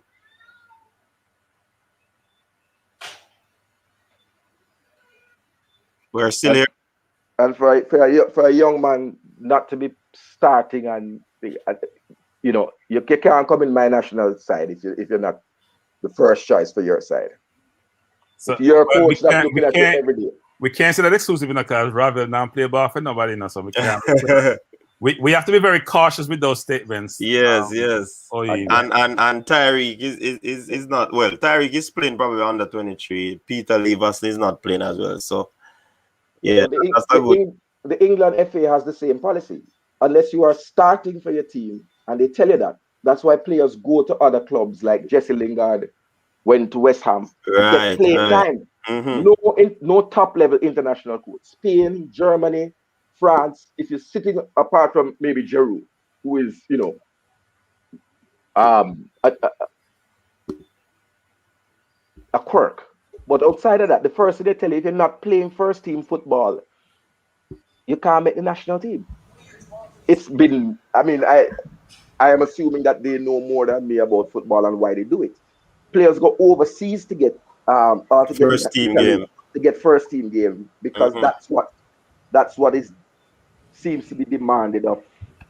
Now I don't know if Ravel is the equivalent of our Giroud. Ravel is our Giroud. It appears that way. But even at that point, you have to be sitting on a bench. You can't be without a club. And I just think it's unfortunate that he didn't get a look in at Sheffield Wednesday. I personally feel Gareth Southgate I work some science by my side. Right. But I think you have mentioned before. I think it's very important to realize that Gareth has become very aware of other countries pursuing young talent, right? Yes. I think that even got triggered significantly when Zaha went to Ivory Coast, and the realization that they have to at least cap the players so they're not eligible to play for other countries. So I do think it's important for the JFF to pursue players who are younger, who have an affinity for Jamaica, may want to play for Jamaica. But we have to pursue them earlier than we have in the past, and not just when we come around to Gold Cup or World Cup. Absolutely. We should be building the 2026 side alongside this side. In business, everybody knows you have to have a short-term and a medium-term plan. We keep planning for the Gold Cup and World Cup in the same year. So the players need to have the 2026 players, where we basically have a free pass, having the three, Mexico, Canada, and the USA as the host. We are the third ranked side in CONCACAF, the third strongest side. So you can go to any young player and say, listen, you might want to take a chance with England in UEFA, but in CONCACAF in 2026, we can almost near as guarantee you that you're going to play in the 2026 World Cup. Who going to qualify over us? Cayman Islands? I don't think so. Yeah, because of the whole thing that it is going to be held in CONCACAF, so those teams don't have to play qualified, right? But yeah, the three nations are given the host, the host bye. So Jamaica, right? Barring COVID eliminating our whole population of males that walk on 2 foot. We have males in England. We don't have to worry about that. No, I'm just saying, and Gareth Southgate visiting a good Obeah man, boy, Isaac Hayden, Antonio. But look at this is a player that you spoke about, Sir Blake, Corey Smith. So if you look at the difference with Corey Smith's heat map, right? He's playing almost just as many games. But look at his contribution to the team. Right. His work in the middle of the park is light. Mm-hmm. If you should bring up Lewis Baker, would be an apt example to see how an alternative player's heat map, a real top level central defensive midfielder's heat map looks at. If you should bring up Lewis Baker, you will see what a heat map should look like. It's the position in the field where you get the most touches. There it is. That's Baker's. And Lewis Baker, certainly, when he came to Leeds, I've seen him firsthand because he was at Leeds. Look at that heat map. That's work in the middle of the park. Whole lot of touches. Right? And he's a lot more effective in the opposition third than Anthony Grant. You have to give him that, right? And so, what persons are also saying is that if Lewis commits and we use him as a central defensive midfielder, it is basically us not using him in his strongest position or his stronger position, because he's more effective going forward rather than playing that deep line role. Absolutely. When he was at Leeds, Calvin Phillips was in the deep line role and he played just ahead of him. So we played with two persons in the center of the park. And he was effective at Leeds for the season that he was there on loan. But somebody is also saying in the comment section, one problem with Lewis Baker is his lack of tackling in the middle of the park. That's why you put him alongside a hard tackler. So that's why he thrived playing alongside Calvin Phillips, right? And I think he would thrive playing alongside Isaac Hayden and a player like Anthony Grant. He would need a hard tackler. I would not move anyone from my central defense and try to put them, because that experiment has not worked for Jamaica. So, right? So you're agreeing with the notion that Damian Lowe should play in that position? No, Damian Lowe is a central defender. I mean, of course, if you come on the field, you're down to 10 men and you have already used the substitutions, you have to make a game time decision. But in terms of planning, what I think we should be looking at is finding the best partner for Damian Lowe and having stability in the middle of the park. When we qualified for France, our Tatty Brown,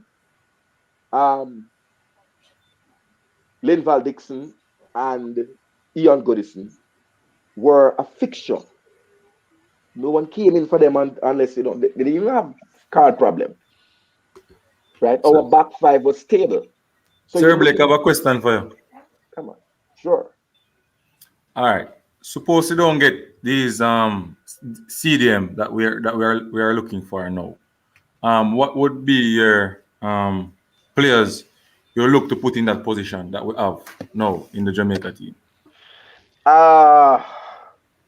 You could look at David Johnson. Who? Daniel Johnson. You could look at Daniel Johnson. He's at Preston, North End. Bobby Reed. Oh, DJ. DJ plays in and out. DJ. You could look at DJ. Bobby Reed plays in and around. Can do a job in there for a match or two. But DJ's, you see, DJ pops up all over the place. True. Right? So he could link the play. I don't know how good his defensive work would be. Right? I don't know how good his defensive work would be. But they say they high pressing, which means he's tackling up in the opposition third. Right. Yeah, do a job first, because I don't see him being able to make it up there with people like Ravel Morrison, Casey Palmer available to slot in behind the strikers. So he could fit in. And I think Nathan Redmond picks himself on the left and Leon Bailey picks himself on the right. On the right, yeah. Midfield. I'm not questioning that. And then Bobby Reed could also fit in the middle of the park. So Blake, I have a question for you. So if Tony and Antonio are there, one would be on the bench, or you play Antonio out wide? That's a good question, Virtual. The coach is gonna have a headache. Let me tell you something. And I'm going to use my sound thing. I'll tell you. You see when in a dub for dub wrong a clash, and you have one more song for win the clash. You go for your Dennis Brown. You go for the one that worked for you before. I don't believe we should break up the partnership of Andre Gray and Jamal Lowe because it has produced a goal, and you have to allow them to gel. Anybody coming in would only displace a striker if they stop firing. You can't keep a rotate the thing. You have two men that don't play at the same club who have come and over 80 minutes, and we still can't explain why Jamal Lowe came off and Michael Hector was allowed to stay on the park selling bag juice because he wasn't doing anything else than that. Right? Because it wasn't football he was playing.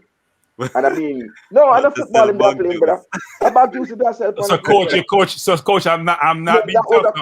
That was a coaching error because what would have happened, my friends?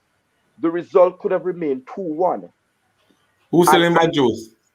Michael Hector did not sell bag juice on the field, brother. What was he doing on the field? He wasn't passing the ball, he wasn't breaking up the play, and he wasn't covering the back line. Just wanted you to clear the air for the audience, you know? And as a matter of fact, Leon Moore made Michael Hector look good. Because if a lot of those things he didn't clean up at the back, right? If we had like a Curtis Tilt playing behind there who's a level down. Remember, Leon Moore, really and truly, my friend, is a Premier League centre back because he was at Leicester. Yeah. Right? Just couldn't get a game at Leicester. So it's not a you have to look at the journey that some man made, right? He's a Premier League centre back who just happened to be operating in the championship due to circumstances, get playing time. But the skills and the tool set that he has is of a Premier League. And if he wasn't cleaning up behind there, we could have gone 6. So I don't know how the man them see it, but Michael Hector has been a servant to Jamaica, right? And you burn your bridges before, because Gareth Southgate could have kidnapped someone. Because I'm telling you, I think what's worrying Gareth Southgate is Jamaica getting into a group stage with Jamaica in the same group. Or finding himself playing a World Cup elimination game against Jamaica. Because if he loses that game, problem, worse in the dance. No, he can't come back to England. he won't be able to get a job at a club. Right? Gareth Southgate should not be coaching his team in the first place. So no, but Gareth is England's Theodore Whitmore. He should not be coaching his team. I don't necessarily agree with that sentiment. So I hear a lot of people, especially in talk sports, criticize Gareth. The one thing Gareth has done really well, he's giving youth a chance. So if we look at the historical England team, the same players would play season after season. He has just gone out and sourced talent, no matter what the age is, bring those talent in, try to blend those talent. So you think about when people like Raheem and others who got into the team at very, very young age, and Raheem got a lot of criticism, he's still stuck with them because he saw the talent. So I think he's a good talent evaluator. Now, is he the best manager, the best coach? He's growing into the job. I don't think Garrett is afraid of any team, frankly, because Garrett has a lot of talent at his disposal. Just like Whitmore's struggle is going to be, which is, I have all the talent at my disposal. Which are the best 11 to put on the field to carry out my objectives, right? You know that Jack Grealish only got into the English team by default, right? Because of injury. Jack Grealish. Guys. That man knows good talent, son. No. You cannot say. Look, you guys. It's easy when you're not the coach. You guys gonna have the same criticism of Whitmore. I'm telling you, it's easy when you're not the coach. Seeing people in training day after day. Attitude counts when you're picking a team. Grealish has not necessarily been the most disciplined person on earth. Grealish discipline is challenged. Coaches don't want bad eggs in their camp. Create dissension. They don't. No matter how talented you are. If you play with talented bad egg players, you'll realize that, you know what, we can do without them, even if you lose sometimes. I remember Walter Bode was one of, probably is our most talented player, and with his attitude, Renee Simons didn't want him in the team. didn't want to pick him Exactly. to the World Cup. So You pointed out Grealish attitude for him not being in the team. Is that why you think Grealish wasn't in the team? We don't know what the rationale was, but that's been something that's been pointed to. There's We don't have no way that's a information. rationale for Grealish not being in the team, Sam. Just No, way that's a been rationale for pointed Grealish. out in different The circles. reason why Grealish didn't get into the team is because Gareth Southgate didn't want to pick him, and then they pick a bunch of other players before him. And had it not been for injuries, that's how Grealish got into the team and show Gareth Southgate how really good he is. injury and media pressure. Injury and media pressure. Gareth Southgate don't know how to pick a team, much less to pick squad. No, well, I think we have to be fair to Gareth Southgate. Gareth Southgate has had an additional mandate that other coaches have not had. Okay. He has had a mandate to be using the Nations League, right, to cap-tie players, preventing Ireland, Republic of Ireland, Scotland, and Wales, because you know, Jamaica. and Jamaica Mm-hmm. and other African countries, because Nigeria used to take up a lot of footballers from England, Ghana, right? So he has that additional mandate. So when you see him capping some players, he doesn't intend to use Callum Wilson to go anywhere. Callum Wilson not going on to any tournament representing the United Kingdom, England. Oliver Watkins. Ollie Watkins is not going on any plane representing England. None. I would not say that, Blake. Yeah, we kind of disagree with that. Blake, we will look at the Europa squad when it comes out. Barring injury, right? It is Harry Kane, because England plays one striker up front, right? You have Marcus Rashford. Marcus Rashford is not a striker, fam. Let him finish. England plays Rashford as an attacker. England only plays with one number 9. Yes. Big number 9 centre forward. Yes. And the other attackers feed off the number 9. From the days of Emil Heskey coming right down England, Peter Crouch, England needs to have that big number 9, right? That's their style. And but on the front line, Marcus Rashford is there. And I think they are going to be, well, if they have not cup tied him yet, certainly Mason Greenwood. They're not leaving that in the pot for Jamaica. Right? You have, and I don't know if anyone's here from England on your program. Racism is still there. You have Patrick Bamford in the wing. Right? Bamford. I don't understand why Bamford has not gotten a chance. And the reason why is because he needed to cap Ollie Watkins. The choice was between Ollie Watkins and Patrick Bamford. Yeah. Because Bamford wants to go and play for the other country now, because of that same thing. He's frustrated. Look. The fact of the matter is you can't play everybody, right? Danny Ings, Kane, Danny Ings, Wilson, and Watkins are the ones who are in that foursome. Remember Tammy Abrams, Rashford, Greenwood, Sterling, all those players are playing out wide. They're not playing through the middle. Yeah, but somebody's saying in the Tammy Abrams comments, is not playing for Chelsea. He's not even making the 18 sometimes. He's not going to be playing. Hold on. But somebody's saying that Southgate rather Tammy Abrams rather over Ollie Watkins. What say you? You guys forgot Calvert-Lewin. Is that Calvert-Lewin? Yeah, Calvert-Lewin too. No. Tuchel doesn't fancy Tammy Abrams. He's not getting game time at Chelsea. I don't see him. Yes, Calvert-Lewin was injured. Could be there, but there's also going to be injuries, right? Mm-hmm. There's going to be injuries by the time you come around to the Euro. It's been a long season. So, look, at the end of the day, regardless of the situation, we go back to the Jamaica situation, which is mainly around we need a couple CDMs, and right now we're struggling to find CDM. That's true.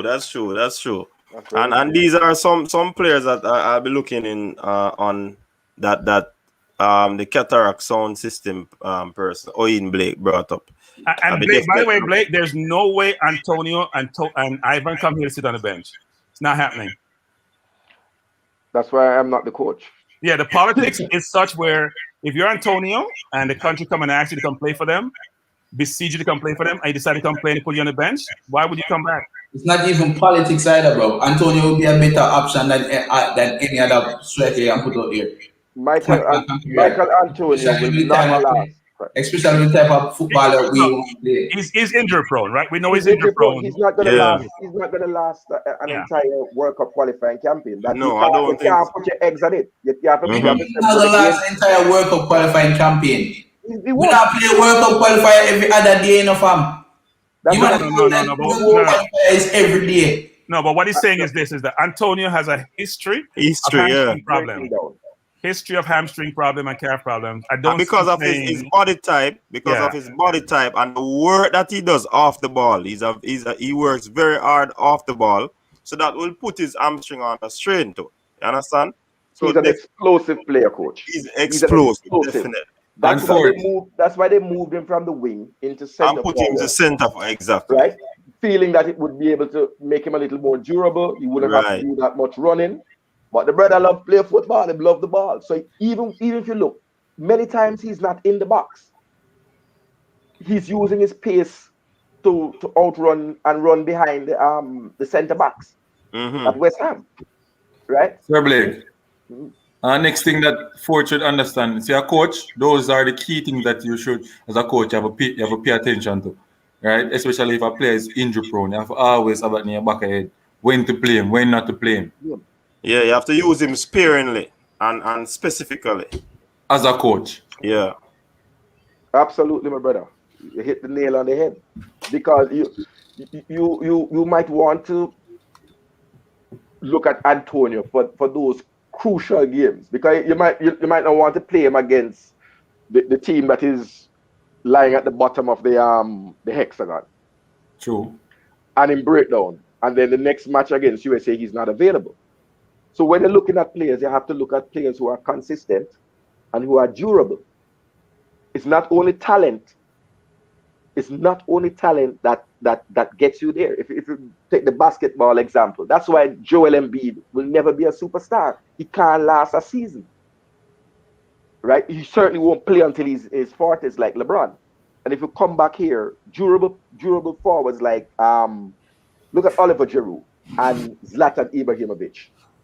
They don't do their game is not built on pace. Their game is built on strength and playing with their back to the goal and holding up the ball and laying it off and headers. So they rarely break down with hamstring injuries. Giroud does not play, fam. Yeah? Giroud won't get injured because he not play. No, but Giroud is the first name on the book for France. When France picking their squad, the first name that go in there is Giroud. Yeah. But he's not going to get injured because he's not playing for his club. That's the point. No, but there was a time when he was playing for his club, and even in those days, he played for us for years. Couldn't run a lick, but he played for us for years. He's not running. He's not doing any running. So, and if you're an explosive player that, like, for example, if you're using pace, you need a forward like, for example, Michael Owen. Small frame is pace, but they don't break down because those power muscles that they're using to get the explosion of pace is a different build and a different body type. Antonio, I respect it because I think the real benefit of Antonio is that he is going to be a floodgate for Premier League level players looking at Jamaica as a real option. That is what he would have done for my country and my team. I don't know that he can last and be able to play, stay fit to play 10 qualifying matches. But there are a lot of Jamaican players who are eligible that plays in the Premier League, and who, as you alluded to, I think I mentioned that earlier in the podcast, who will bring other players along with them.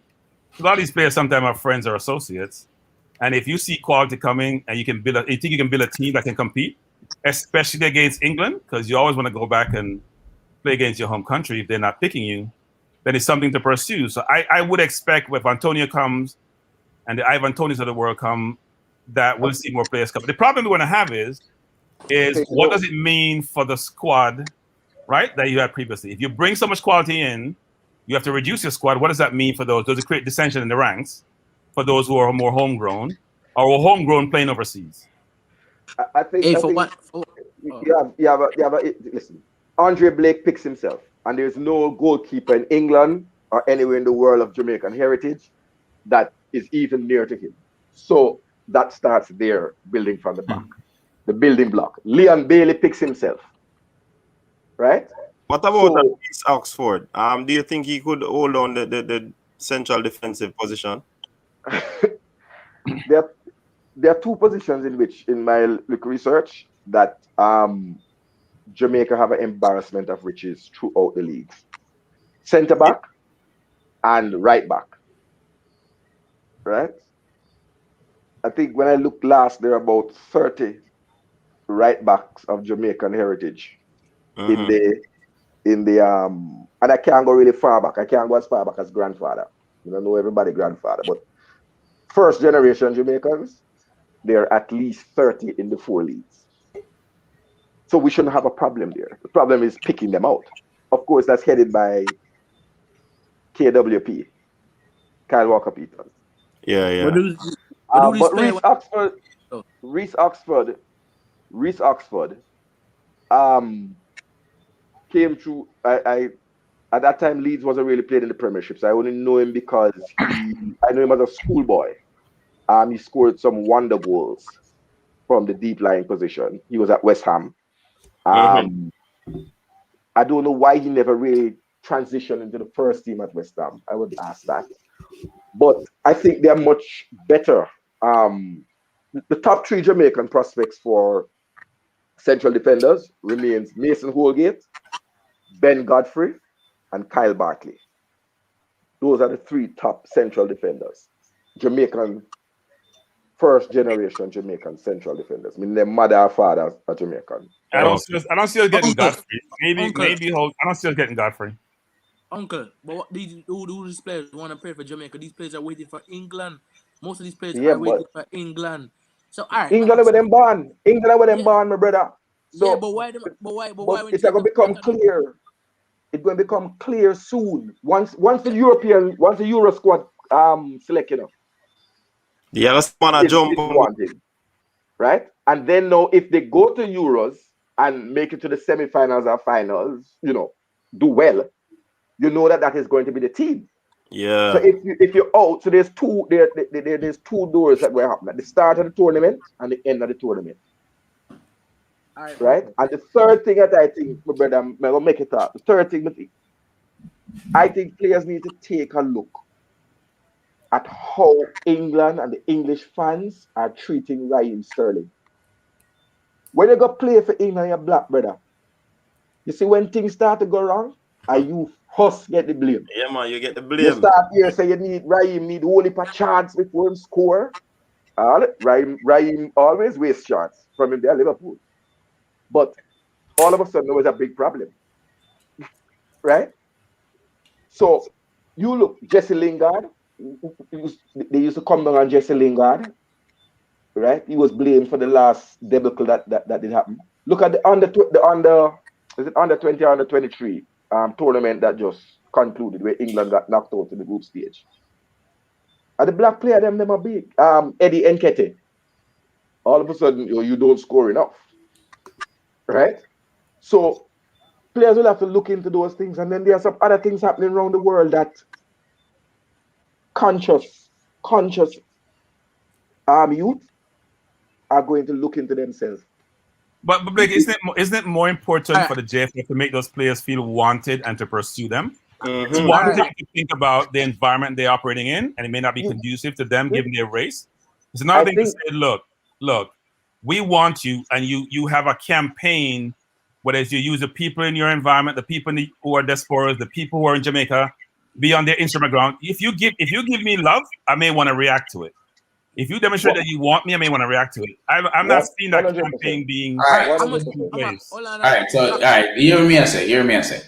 I've said this before, and it's important to say it again. Majority of these players, when you talk about the push-pull to play for your country of heritage or to play for the country in which you were born, the most important thing to them, obviously, is to play for England and the country in which you were born. Until it gets to the point when they realize that, listen, I'm getting older in my career in football is short, and that seems to not be the case. For example, Wilfred Zaha hold out for as long as he could, and then boom, can't take it anymore, Ivory Coast. The same thing for the dude that used to play for Arsenal, now him there Everton, the youth with the locks.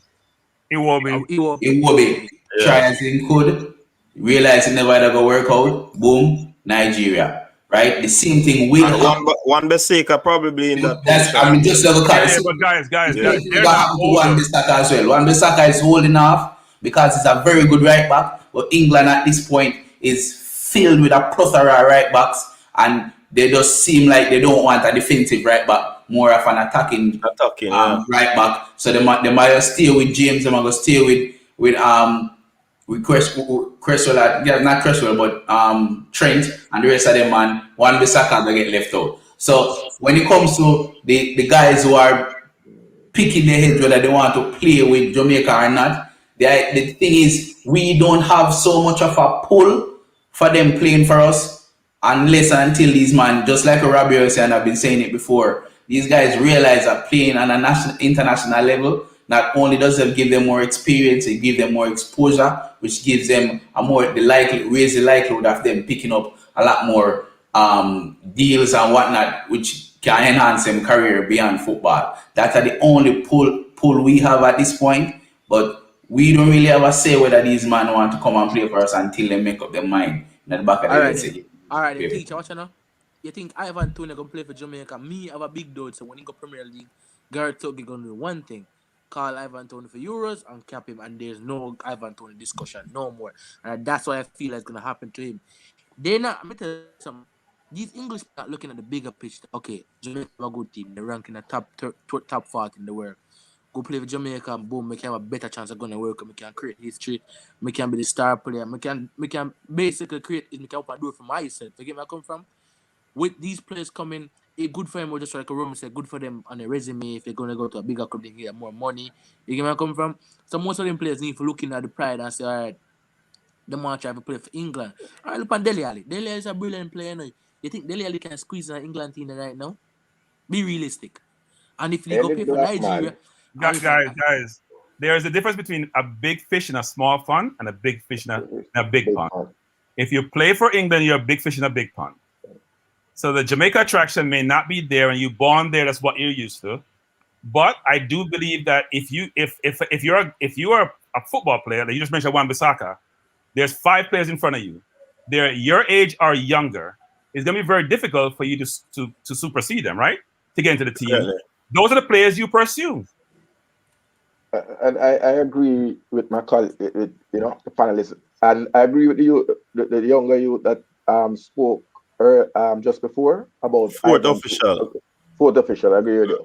Let me say this: the JFF and the state of Jamaican football was toxic.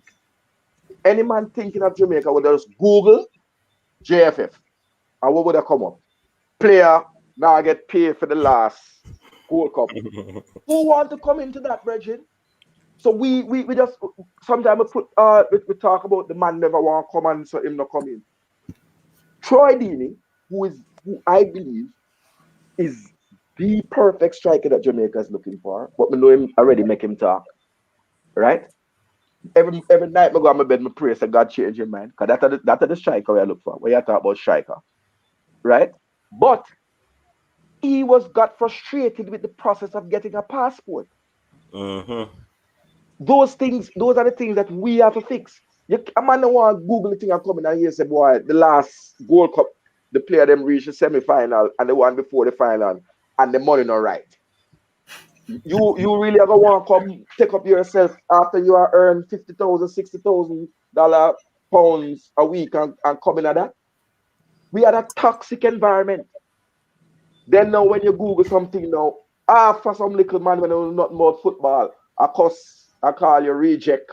And nah, brother, I don't allow that. I'm ready to deal. Teacher. Those things come into players' head, especially the state of the JFF and how it dealt with things. When England is going to call a footballer, they send a scout out. He's sitting in the stand. You know if Garrett, you know if they're serious when Garrett Southgate come and sit in the stand and watch you. So there's a process. What is Jamaica's process? Sit back and watch on my phone and the thing and let me see if I'm gonna call me. Yeah. So I don't disagree that the JFF appears to be dysfunctional. I will say though, it's much more difficult. No, but it's much more difficult. It's much more easy for Garrett to sit in the stands when he's in England. He has to just drive up the M4. It's not the same as Whitmore have to fly to England to go watch a player, or fly to Texas to watch a player, or fly to Egypt to watch a player. It's much different. But I would say there needs to be a structure in place. And we've talked about this, right? But it's infrastructure, structure at all aspects in terms of how the JFF operates to enable the country to be more successful, to bred more players locally, to bring them to the process, and to enable them to have a pool of players they can pick from versus just going internationally. But we can't do the comparison between a major industrialized country and how they operate. The US can throw money at this, and they've been doing so, and you can see their progress in the youth of their players and the quality of their players. Jamaica has to be more organized, don't disagree, but I'm not sure the comparison is fair, given the resources you have at your disposal and the people, because you can't interfere with your government in football operations because FIFA doesn't allow that. Yeah, that's reasonable. That's reasonable, Bertrand. Coach, that's a reasonable statement. I am not prepared to give the JFF a pass, right? No, I don't think he's giving it a pass. Hold on. And in this world, right, you have to compete against first world countries. So you have to find a strategy to be able to compete against them, right? You can't sit back. And I tell you this simply. All the JFF had to do is have a meeting with all our former players and say, look here, Bertrand, maybe I put in the gas money. I don't even think so. But that man in the block, Robbie Earl in the block, Marcus Gale in the block, John Barnes in the block, right? Say to them, look, I am going to ask you to act on my behalf and run the rule over players. Now take it in the championship. You had Darren Moore coaching, and teams have to come and play him at least twice for the year, right? Say to him, look, when the team comes, just make a note of anybody that you think is up to international talent. So you could have had somebody designated. Coach Whitmore have to fly over there and stay in an expensive hotel for this. We have resources there. Paul Hall, what Fitzroy Simpson do? We have time on the hands. Them a man will love Jamaica, you know, because when they came off their own, why is he engaged in some way? Yeah. And I do not think that they will stick you up. They will be happy. You know why? Because if Jamaica go to another World Cup, guess what? They are likely to get a contract with Sky Sports to commentate. You understand? Because Jamaica is in the World Cup, so it will be lucrative for them. Because when Jamaica playing, you're going to want a former reggae boy on the panel of Sky Sports. BBC, I don't want you. ITV, Channel 4. True. So it is there. When you know, you can see it in your resume, I scouted Ivan Toney for Jamaica. Ivan Toney is banging 8 goals and Jamaica qualifies. That go on your resume now. Maybe you get a work at Watford. Maybe, you know. So, engagement, brother. You can't sit down with your hands folded, which has been the approach that I am looking for players who want to play for me. What happens to the players we want? We have, if you look who we have allowed to slip through our hands, and I'm going to speak the ones I know. Calvin Phillips. That is just criminal. Because Calvin Phillips should have been on the radar for the last 3 years because Leeds was always making it to the playoffs of the championship and not qualifying, right? Reece James. 2 years ago when we qualified with the girls, the reggae girls, had we called his sister and brought her in as a part of the reggae girls, as a young lass from Manchester. And if he saw his sister go to the World Cup, maybe, I don't know who she would have displaced, or maybe she wouldn't have displaced anybody, but at least if she had gotten a call up, he might have more had it in his mind, so boy, my sister go a World Cup with the black, green, and gold. No, Gareth, I'm not do that. So you sometimes you have to be strategic in who you call up. You might call up a man who has more links. You understand? You have players who have link. So it's a lack on both sides. I can understand both arguments. The lack of resources here, and the FA over there has more resources. And the truth is also that there's no assertiveness and no vision in terms of how to plot something out to get these former players on board. So I can understand on both sides of the spectrum. Yeah, man. Point taken. So, gentlemen, apparently we have reached the end of the show. True. There's a hush. True. No. No, I think people are just listening. We're not hushed. We're Or respecting. we just absorbing. We're listening to Sir Blake, you know. We're Good just point. absorbing. So Blake, I'm a little bit concerned that you're a Leeds fan as to why you didn't try to connect Calvin Phillips with the Jamaican Football Federation. All right. So let me say this. I have tried in the past to connect a player. My cousin, and it wasn't a pleasant experience, right? And people get frustrated with you and your credibility if you say to them, listen, yeah man, we can make the thing happen. At the time, Sylvan Ebanks Blake was the golden boot in the championship. He was playing for Wolverhampton Wanderers. He had just transferred from Plymouth Argyle.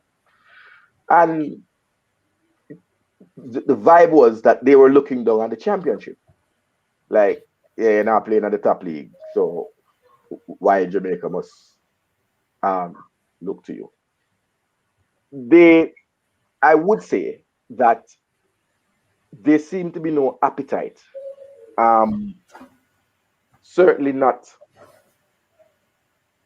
let me say, in Leeds at the time, right? Because Rudolph Austin was he would have been in the academy at the time. Rudolph Austin would have been his senior. Yeah. Right? So there are a lot of people closer to him who could have reached out to him. But I'm not going to make this mistake happen. Any man from Birmingham who you want to say what they want, yeah, man. My youth, them, PH them. Right. Differently. I say, yo, what else about Jamaica? Right? Because you have a vibe now, it's to say, boy, the thing. But when you think that you are just one voice whistling in the wind, you don't have that vibe. The players don't have that vibe. If you look, if you go deeper than just and that's why I'm gonna rate coaches desk, my brethren Simon, I'm gonna rate a couple of the analysts, but a lot of the analysts, them just open Wikipedia and read the page to you. You have to know the thing, brother. You have to look at it. If you just look outside of London, right?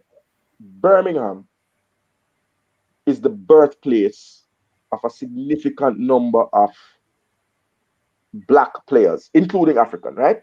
Black players in the leagues. Birmingham is a city that produces. So sometimes you don't have to go look all over the place, Just be strategic if you don't have the resources. Just catch a Birmingham, catch a South London, hang around the Chelsea and the Arsenal Academy, and just count your pennies. Just talk to the youth, them who will come out. Remember, say you don't live in a vacuum in England, Your mother go church, your granny go church. You have to go to the Jamaican corner shop, what we call it, the black shop, to get your yam and your planting. Then those selling at Sainsbury's and Asda and Marks and Spencer. So the community there could be mobilized to reason with you. When you come in and say, all right, come Mr. Holgate. Say we alone have a good yam and the good planting and the good patty around here. It needs a strategy. Sir Blake. It cannot be left up to chance. Sir Blake. It can't be left up to chance. Sir Blake. Yeah, man. I think JFF used the no money argument too much, and there are many ways they can go around it and get the job done. You understand? The same method they're talking about, using the farmer players that are in England to do the job for them, and they will do it without asking for money. Or if them ask their little thing, you can give them. You understand? JFF use the no money talk too much. And he just put Jamaica in a place where we're not going away.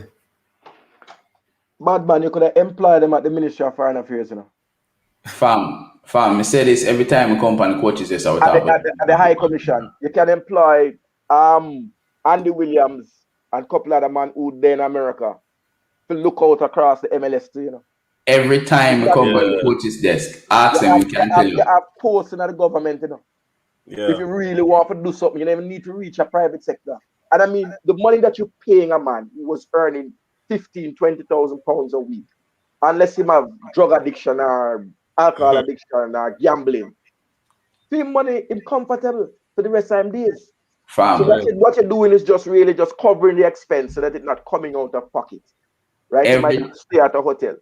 Every time I come on the program, I ask the coach the same question. Why is it that the past players are not a part of the JFF program? Why is it that we have Robbie Earl sit down on NBCSN every week and we not ring Robbie Earl phone? Robbie Earl, a man will score an iconic goal at the World Cup. Why we not ring Robbie Earl phone every week? I say, Robbie Earl, more you do something for me over America. You sit down over America. Robbie Earl, you have links in England, more you do something for me. Why is it that Baby Gardner is not a part of the program? Why is it that we have man like Marlon King?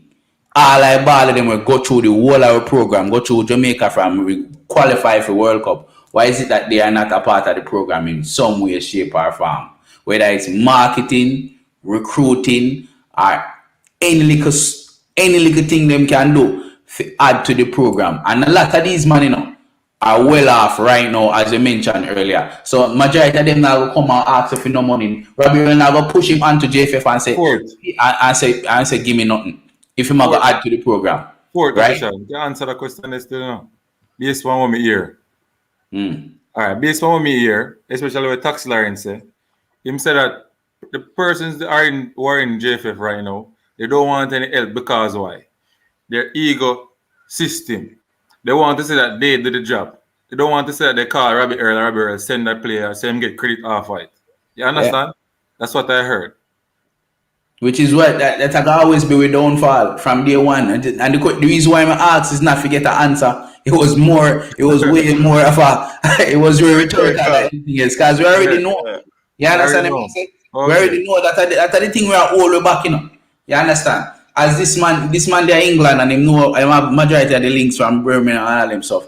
There is so much things that we could be doing at this point in time for not only attract young Jamaicans towards football, but Jamaicans abroad. And I say it every time, and you know me even say it already. Why me can't go on a JFF website and buy a 1998 jersey is beyond me. Why me can't buy a jersey for Jamaica is absolutely beyond me and me, the America sit down. You understand me? I say, why me can't have pride in why me can't see something and push the pride of football, which will encourage other people with Jamaican heritage. We are play football, we can play for the country. There is no pride in it, bro. And they not try to push that. Sir Blake, anybody in JFF knows you?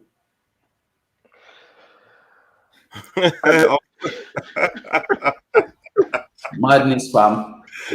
Answer. Brother. That's because you should be getting a work right now. let me tell you something in all seriousness, for example. Right? I'm not hype myself or anybody, right? These things are not rocket science. Your Kingston College, your Jamaica College, your St. Diego, your St. George's, all of these things run from alumni. True. Yeah. Right? That an alumni is part of the fundamental structure of any successful sporting program. Athletics, football, anything, right? I cannot see that you have an alumni of players who have played for Jamaica, local and overseas, right? Local and overseas, because the some of the local based players. What is Warren Barrett doing? What's Aaron Lawrence doing? Baby Gardner done DJ. Movie this. Why Baby Gardner half keep on the people them with him? Why am not really on key and look for your left back around the country? you COVID is an excuse, you know, because before this was happening in the off seasons, we were not having annual camps for the 23 players or the 30-man squad in training, right? Because you don't have money. You remember say a lot of the footballers I get to youth you talk about, right? You say to man, yo, we are bringing in beta pot and see some flour and see some mackerel and if that's what you can afford, but you can't just get up and say, I don't have no money. How much man on this panel? Look, girl, I don't have $1 in your pocket, but you style the thing. Every day. Every day. Some of these men, I wonder what they do in their Coach, my lifetime. wife out in the other room, I can't conquer but me here. No, you can't. No. You understand? Yeah, because she might know say it really broke. Just say every day. I just every life. I play against South. But the man and I have no dub. And a black cat at the South. And the man would have go and pick Pink Panther as one of the greatest selector. And he would have make him feel like him have a Bob Marley panned up. And him have nothing. Because nobody sits down and allows somebody to take a beating stick. You have to try a thing. You have to put some effort. What Aaron Lawrence do this Schoolboy? The Schoolboy thing I do without Aaron Lawrence is a former national goalkeeper who went to a World Cup. He should be on an annual basis. You take up the 10 best goalkeeper from the Schoolboy League and the National League, and he should be running a 12-week program with them over the summer. It's true. So you're getting some elite training. Because you have to build up man to an elite level because we don't have the same system. We don't have the same system like the British system, which is steeped in other something. If you play schoolboy football in England, nobody know you. Because Sir Blake, he's in Turks and Caicos. In a Turks and Caicos. Big up yourself, brother. Get the US dollar out there. Fam, we need footballing people if we are running football here, sir. Why you think man like Van der Sar run off Ajax? Why you think Pavel Nedved run off Juventus? You understand what I say? We need footballing people if we are running football. We need company handle it. Yeah. We need footballing people if you are running everything. Like, which is why we are gonna always ask these questions, but it don't look like it'll change. The politics where they in our JFF right now, and that kill it. You understand? Man, we are going there for themselves. These men are going there because they love football. These men are going there because they see opportunity for make some money and get some visa. But for the love of football. And we need football lovers inside our GFF. No, remember Virgin don't talk. The structure of the GFF is not structured like England has one FA. You don't have a Birmingham FA and let's say a West Midlands FA and a Yorkshire FA. Where them get this convoluted structure about CONCACAF cases, this you never hear the saying, the too many cooks spoil the broth. True. No, I don't know of anything. The Irish FA don't have Dublin FA and this. The way it is structured is, I mean, you don't know any man background, but anybody who study management knows say a long time people dash for that big hierarchical something. The thing have a flat.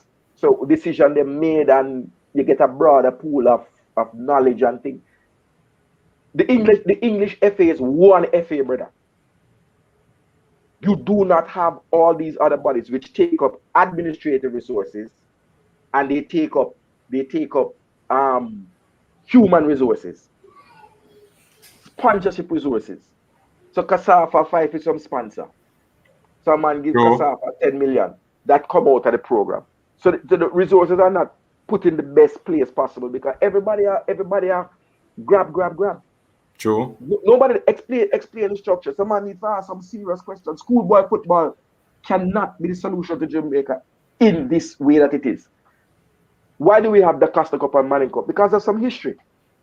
There's no reason why a team must leave from St. Thomas to go play a Catherine Hall when them get to the semi-final. And a team just leave from Moby and Warcraft. How is competitive? Always ask the question. For me, need to be put in a league system like how you have the NCAA, you have first division teams and second division team programs, so that the best play against the best. So a man run up and score 10 goals against Iona High, and next thing is a big striker. and call into the under 17 team because Yeah. or 37 goal.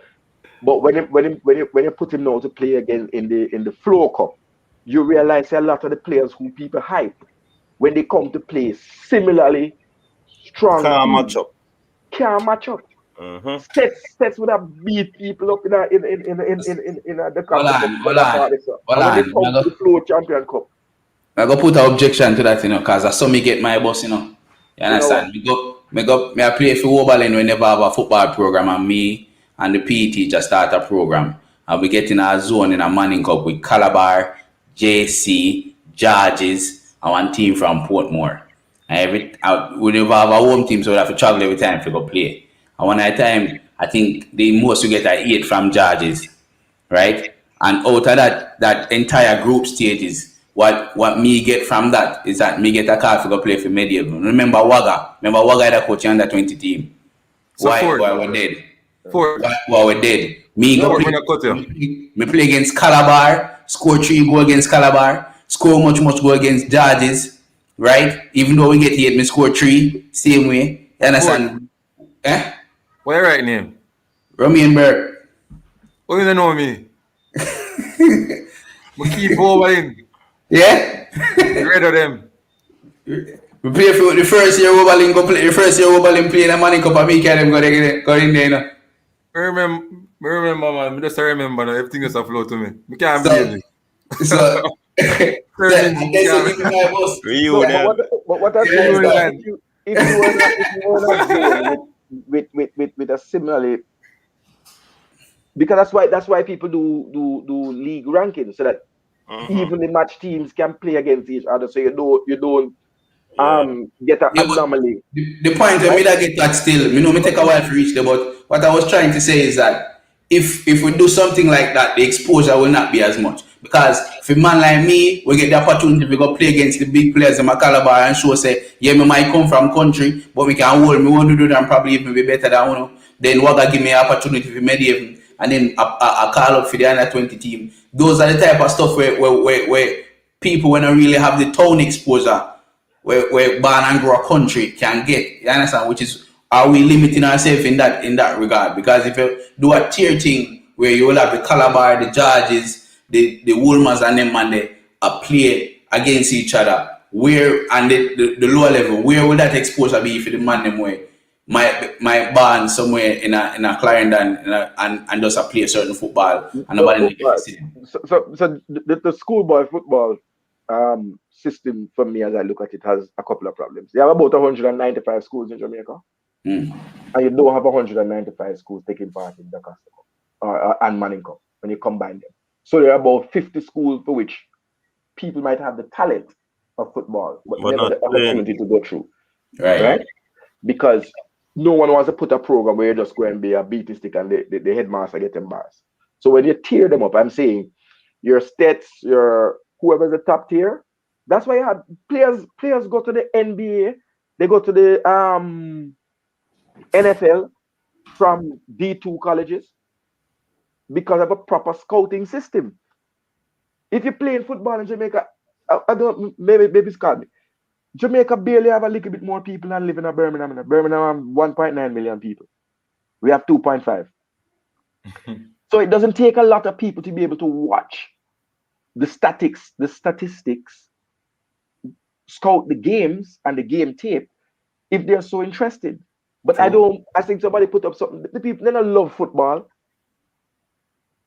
At 16 years, I follow Leeds from down here, so in a never throw up my side when we get relegated, Become a love the side. You have to have people who, I agree with the Red Bull, who passionate and we sit down. Everybody have a floor digital internet, and everybody have Google Chrome on them thing. You think a man could sit down and Google the football and them and find and they got JFF? Why we have more information than JFF? Them not a family. You think when I take up my phone, I use my credit and call my people them, because sometimes I can't call by WhatsApp because I call my people them and say, yo, you don't see the ball out this year, come through. All right, but I soon tell you and give you a name. Sometimes the name turn out to be a dud because the man might be Bayesian or something, but yeah, okay. Sometimes the name might be turn out to be a gem. Why am I doing it? I don't have nothing to benefit except that. True.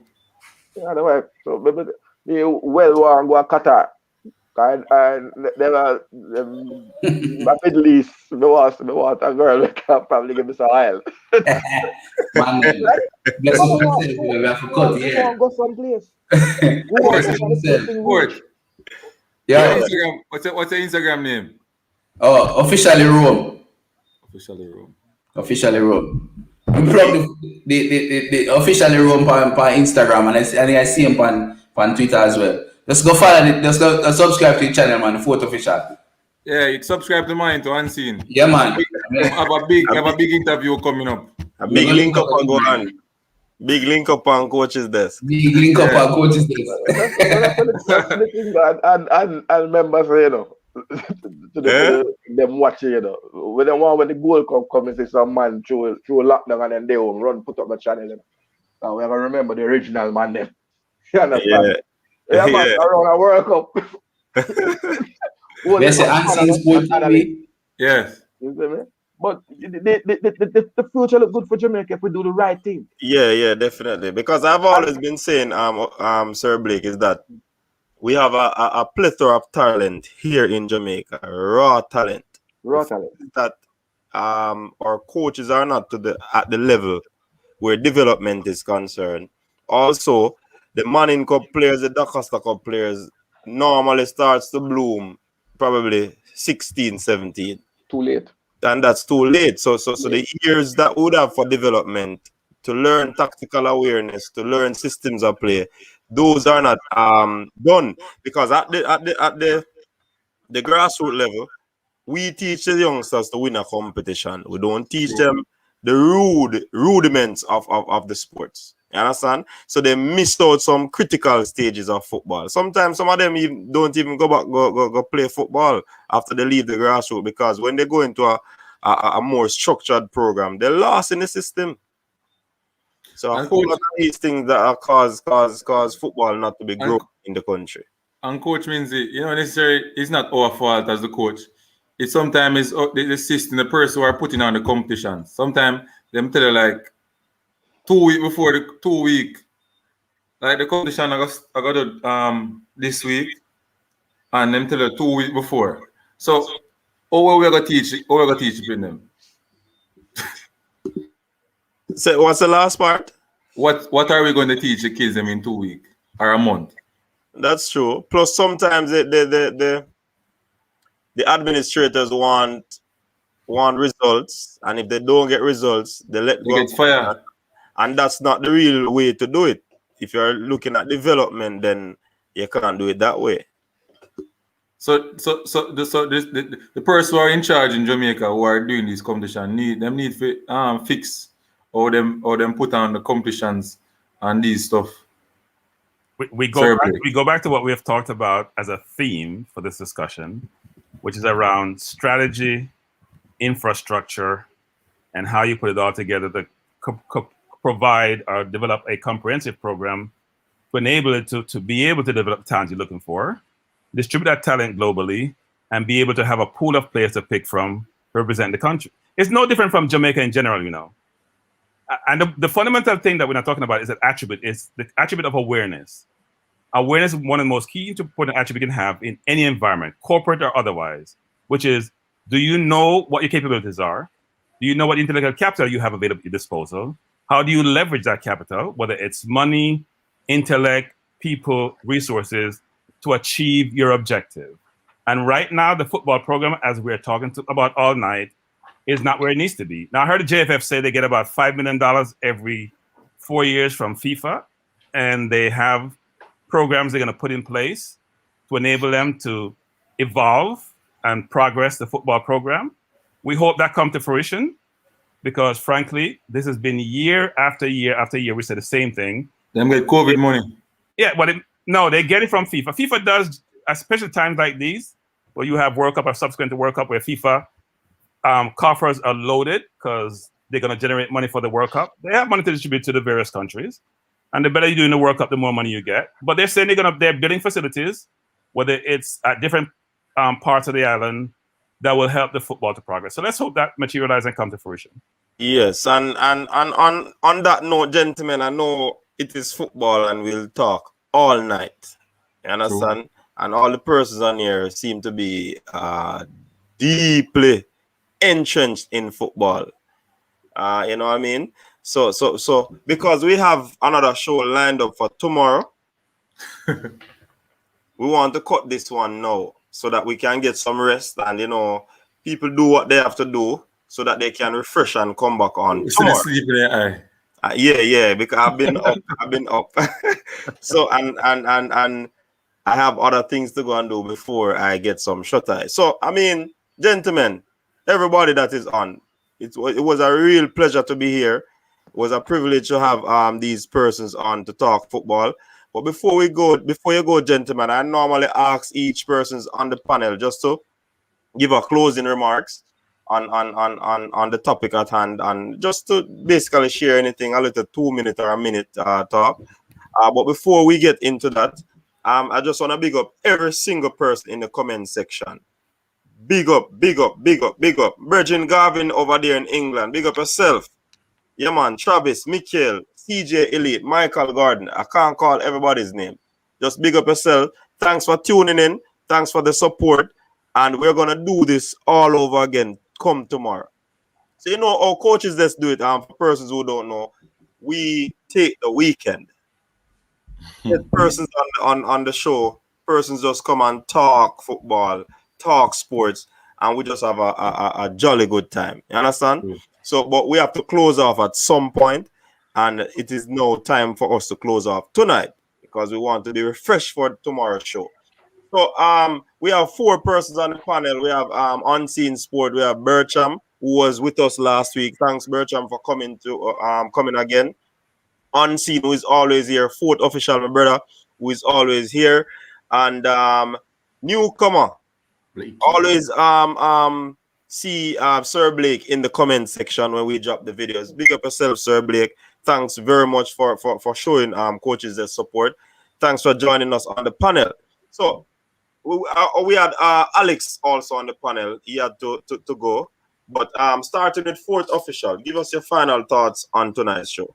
And Manners, people. Manners. So yeah, it was a good conversation. Learned a lot. Knowledgeable people coming in from far and wide. And one thing we can take from the conversation is that as the diaspora, as Jamaicans living at home and abroad, we all want what is best for the club, for the country. We all want what's best for the football in our country. And what we want to do is be back on the world stage and winning competitions and showing what the country can do. So looking forward to see what changes will be made in the next couple of months. I'll take this opportunity to plug the YouTube channel, the 4th official. Go ahead and subscribe to it. We talk about Premier League football with a heavy bias to Manchester United. Manchester United, we don't really like Leeds, so our Leeds man and panel can go on. So yeah, big up for yourself, people. Instagram again, officially _Rome. Bless up for yourself. Manners. We're going in order. Thank you for that.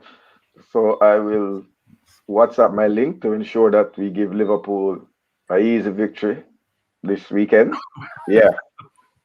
Before you have some manners and say something. So I'll make sure that Liverpool have an easy 3 points this weekend. Right. I remember say, you called it. Right. Pick up everybody, stay safe. That's the truth.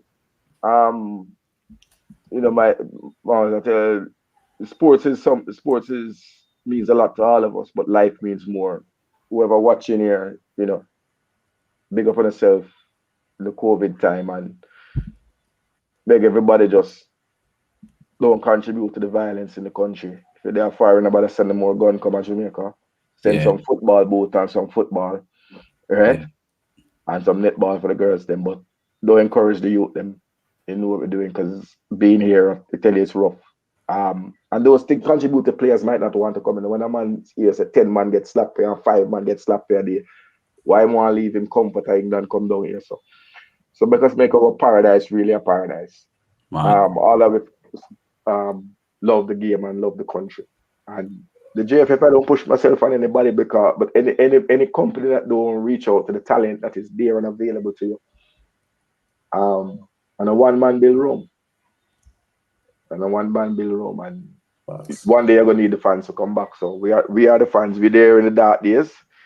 And this generation that you get, Jamaica never get it again for another generation. This pool that you have, both here and abroad. So big up the one them, whatever them there. Bertrand time. Yeah, look, I am great points, both of you. I'm very encouraged by the enthusiasm I'm seeing from fans wide and abroad concerning Jamaica program, especially given, as Blake alluded to, the talent level that we see available at disposal to assist us in trying to achieve World Cup. As I mentioned on the last program, if you were ever in Washington in 1997, it's the best feeling ever. Probably better than sex, frankly, when Burton scored that goal. So, if you were in Washington in 97 when Burton scored a goal, it's the best feeling ever. I would love for the younger generation to experience that feeling because it's great. And go ahead, say what you said. Orgasmic, sir. Orgasmic. So I do think we have a chance to really, really do well, and I hope that it materializes. One thing I want to say is that if you're an Arsenal fan, I do an Arsenal watch along with some of my friends from the UK to watch Arsenal games. We're watching Fulham game tomorrow. Watch most of the games. Obviously, I can't watch games during the week because I'm working, but we do. And those who are smiling about Arsenal, we don't follow Man U. We don't like Man U. I hate Man U. Why are you even speaking to the man? Them talk to me, no brother. Okay. Look at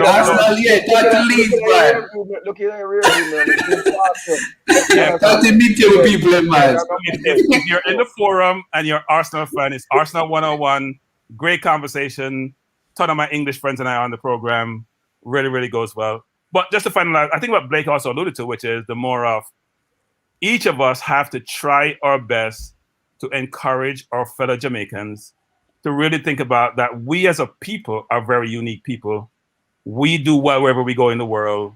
If we operate as one, if we operate as a collective, if we stop the infighting, stop the ego thing, try to focus on being successful and focus on trying to achieve. And look, the gun is our problem, but the gun, we don't make guns. The gun comes from one source. It only affects us. It affects Latin America, South America, all the people in this region. And you can see all the killings that happen in this country in terms of all the mass killings. We don't produce the guns, but at the same time, we don't have to go use them on ourselves. There's no reason to do so. And I know Blake mentioned England, but I was born in the UK and I've lived in the UK. I don't like to see cloud every day. I don't like to get rained on every day. And the weather is melancholy. Jamaica is a paradise, but right now it's a war zone. So we got to change the war zone and make it up. I don't want to preach, but just want to say that we have an opportunity as a people to change our direction. And right now we're working towards being a failed state versus being a paradise. True talk. Well, everybody, a quick plug. This weekend, check out Simon Preston's Reggae Boy commentary channel. I'll be doing an in-depth review of the right backs in the United Kingdom. Sounds good. Yeah, we only want the Southampton right back. We don't want all of them. We only want Walker Peakers. We don't want all of them. You might be surprised. I'm glad that Coach Minzy developed a program like this so I can reunite with an old friend. You know, yes, fourth official. So we're gonna talk on Instagram. What's your name again? Your friend Not name. Officially _room. Official _room. All right, mine is Tag Boss. So you can just run at it right now. Tag Boss. Tag Boss. Yeah, Tag Boss. Yeah, and I'm just glad that Jamaica. I think we don't deserve it because we didn't put in the work for these to get these talented players. But we are a lucky country, and we should make good use of these players coming and try to use them as best as possible so that we can achieve something for this country. We need back the feelings from 1998. I was 4 at that time. I don't know what I go. I'm going to see my grandfather lick pot, my uncle lick pot, and I enjoy themselves. And I say, oh, I go and I say, football. me not understand what I go on. You understand? So me want to understand, want feel the vibes, feel the energy with this new team, this team here carrying Jamaica to the World Cup. Right? And so just talking on this panel here, it just give me goosebumps, to just think Jamaica is in Qatar. You understand? So we can go up on a platform with Blakey, fourth official. No, fourth official can't come for the girls' move, brother. The bad mind turn up the Manchester United fans. What's your name again?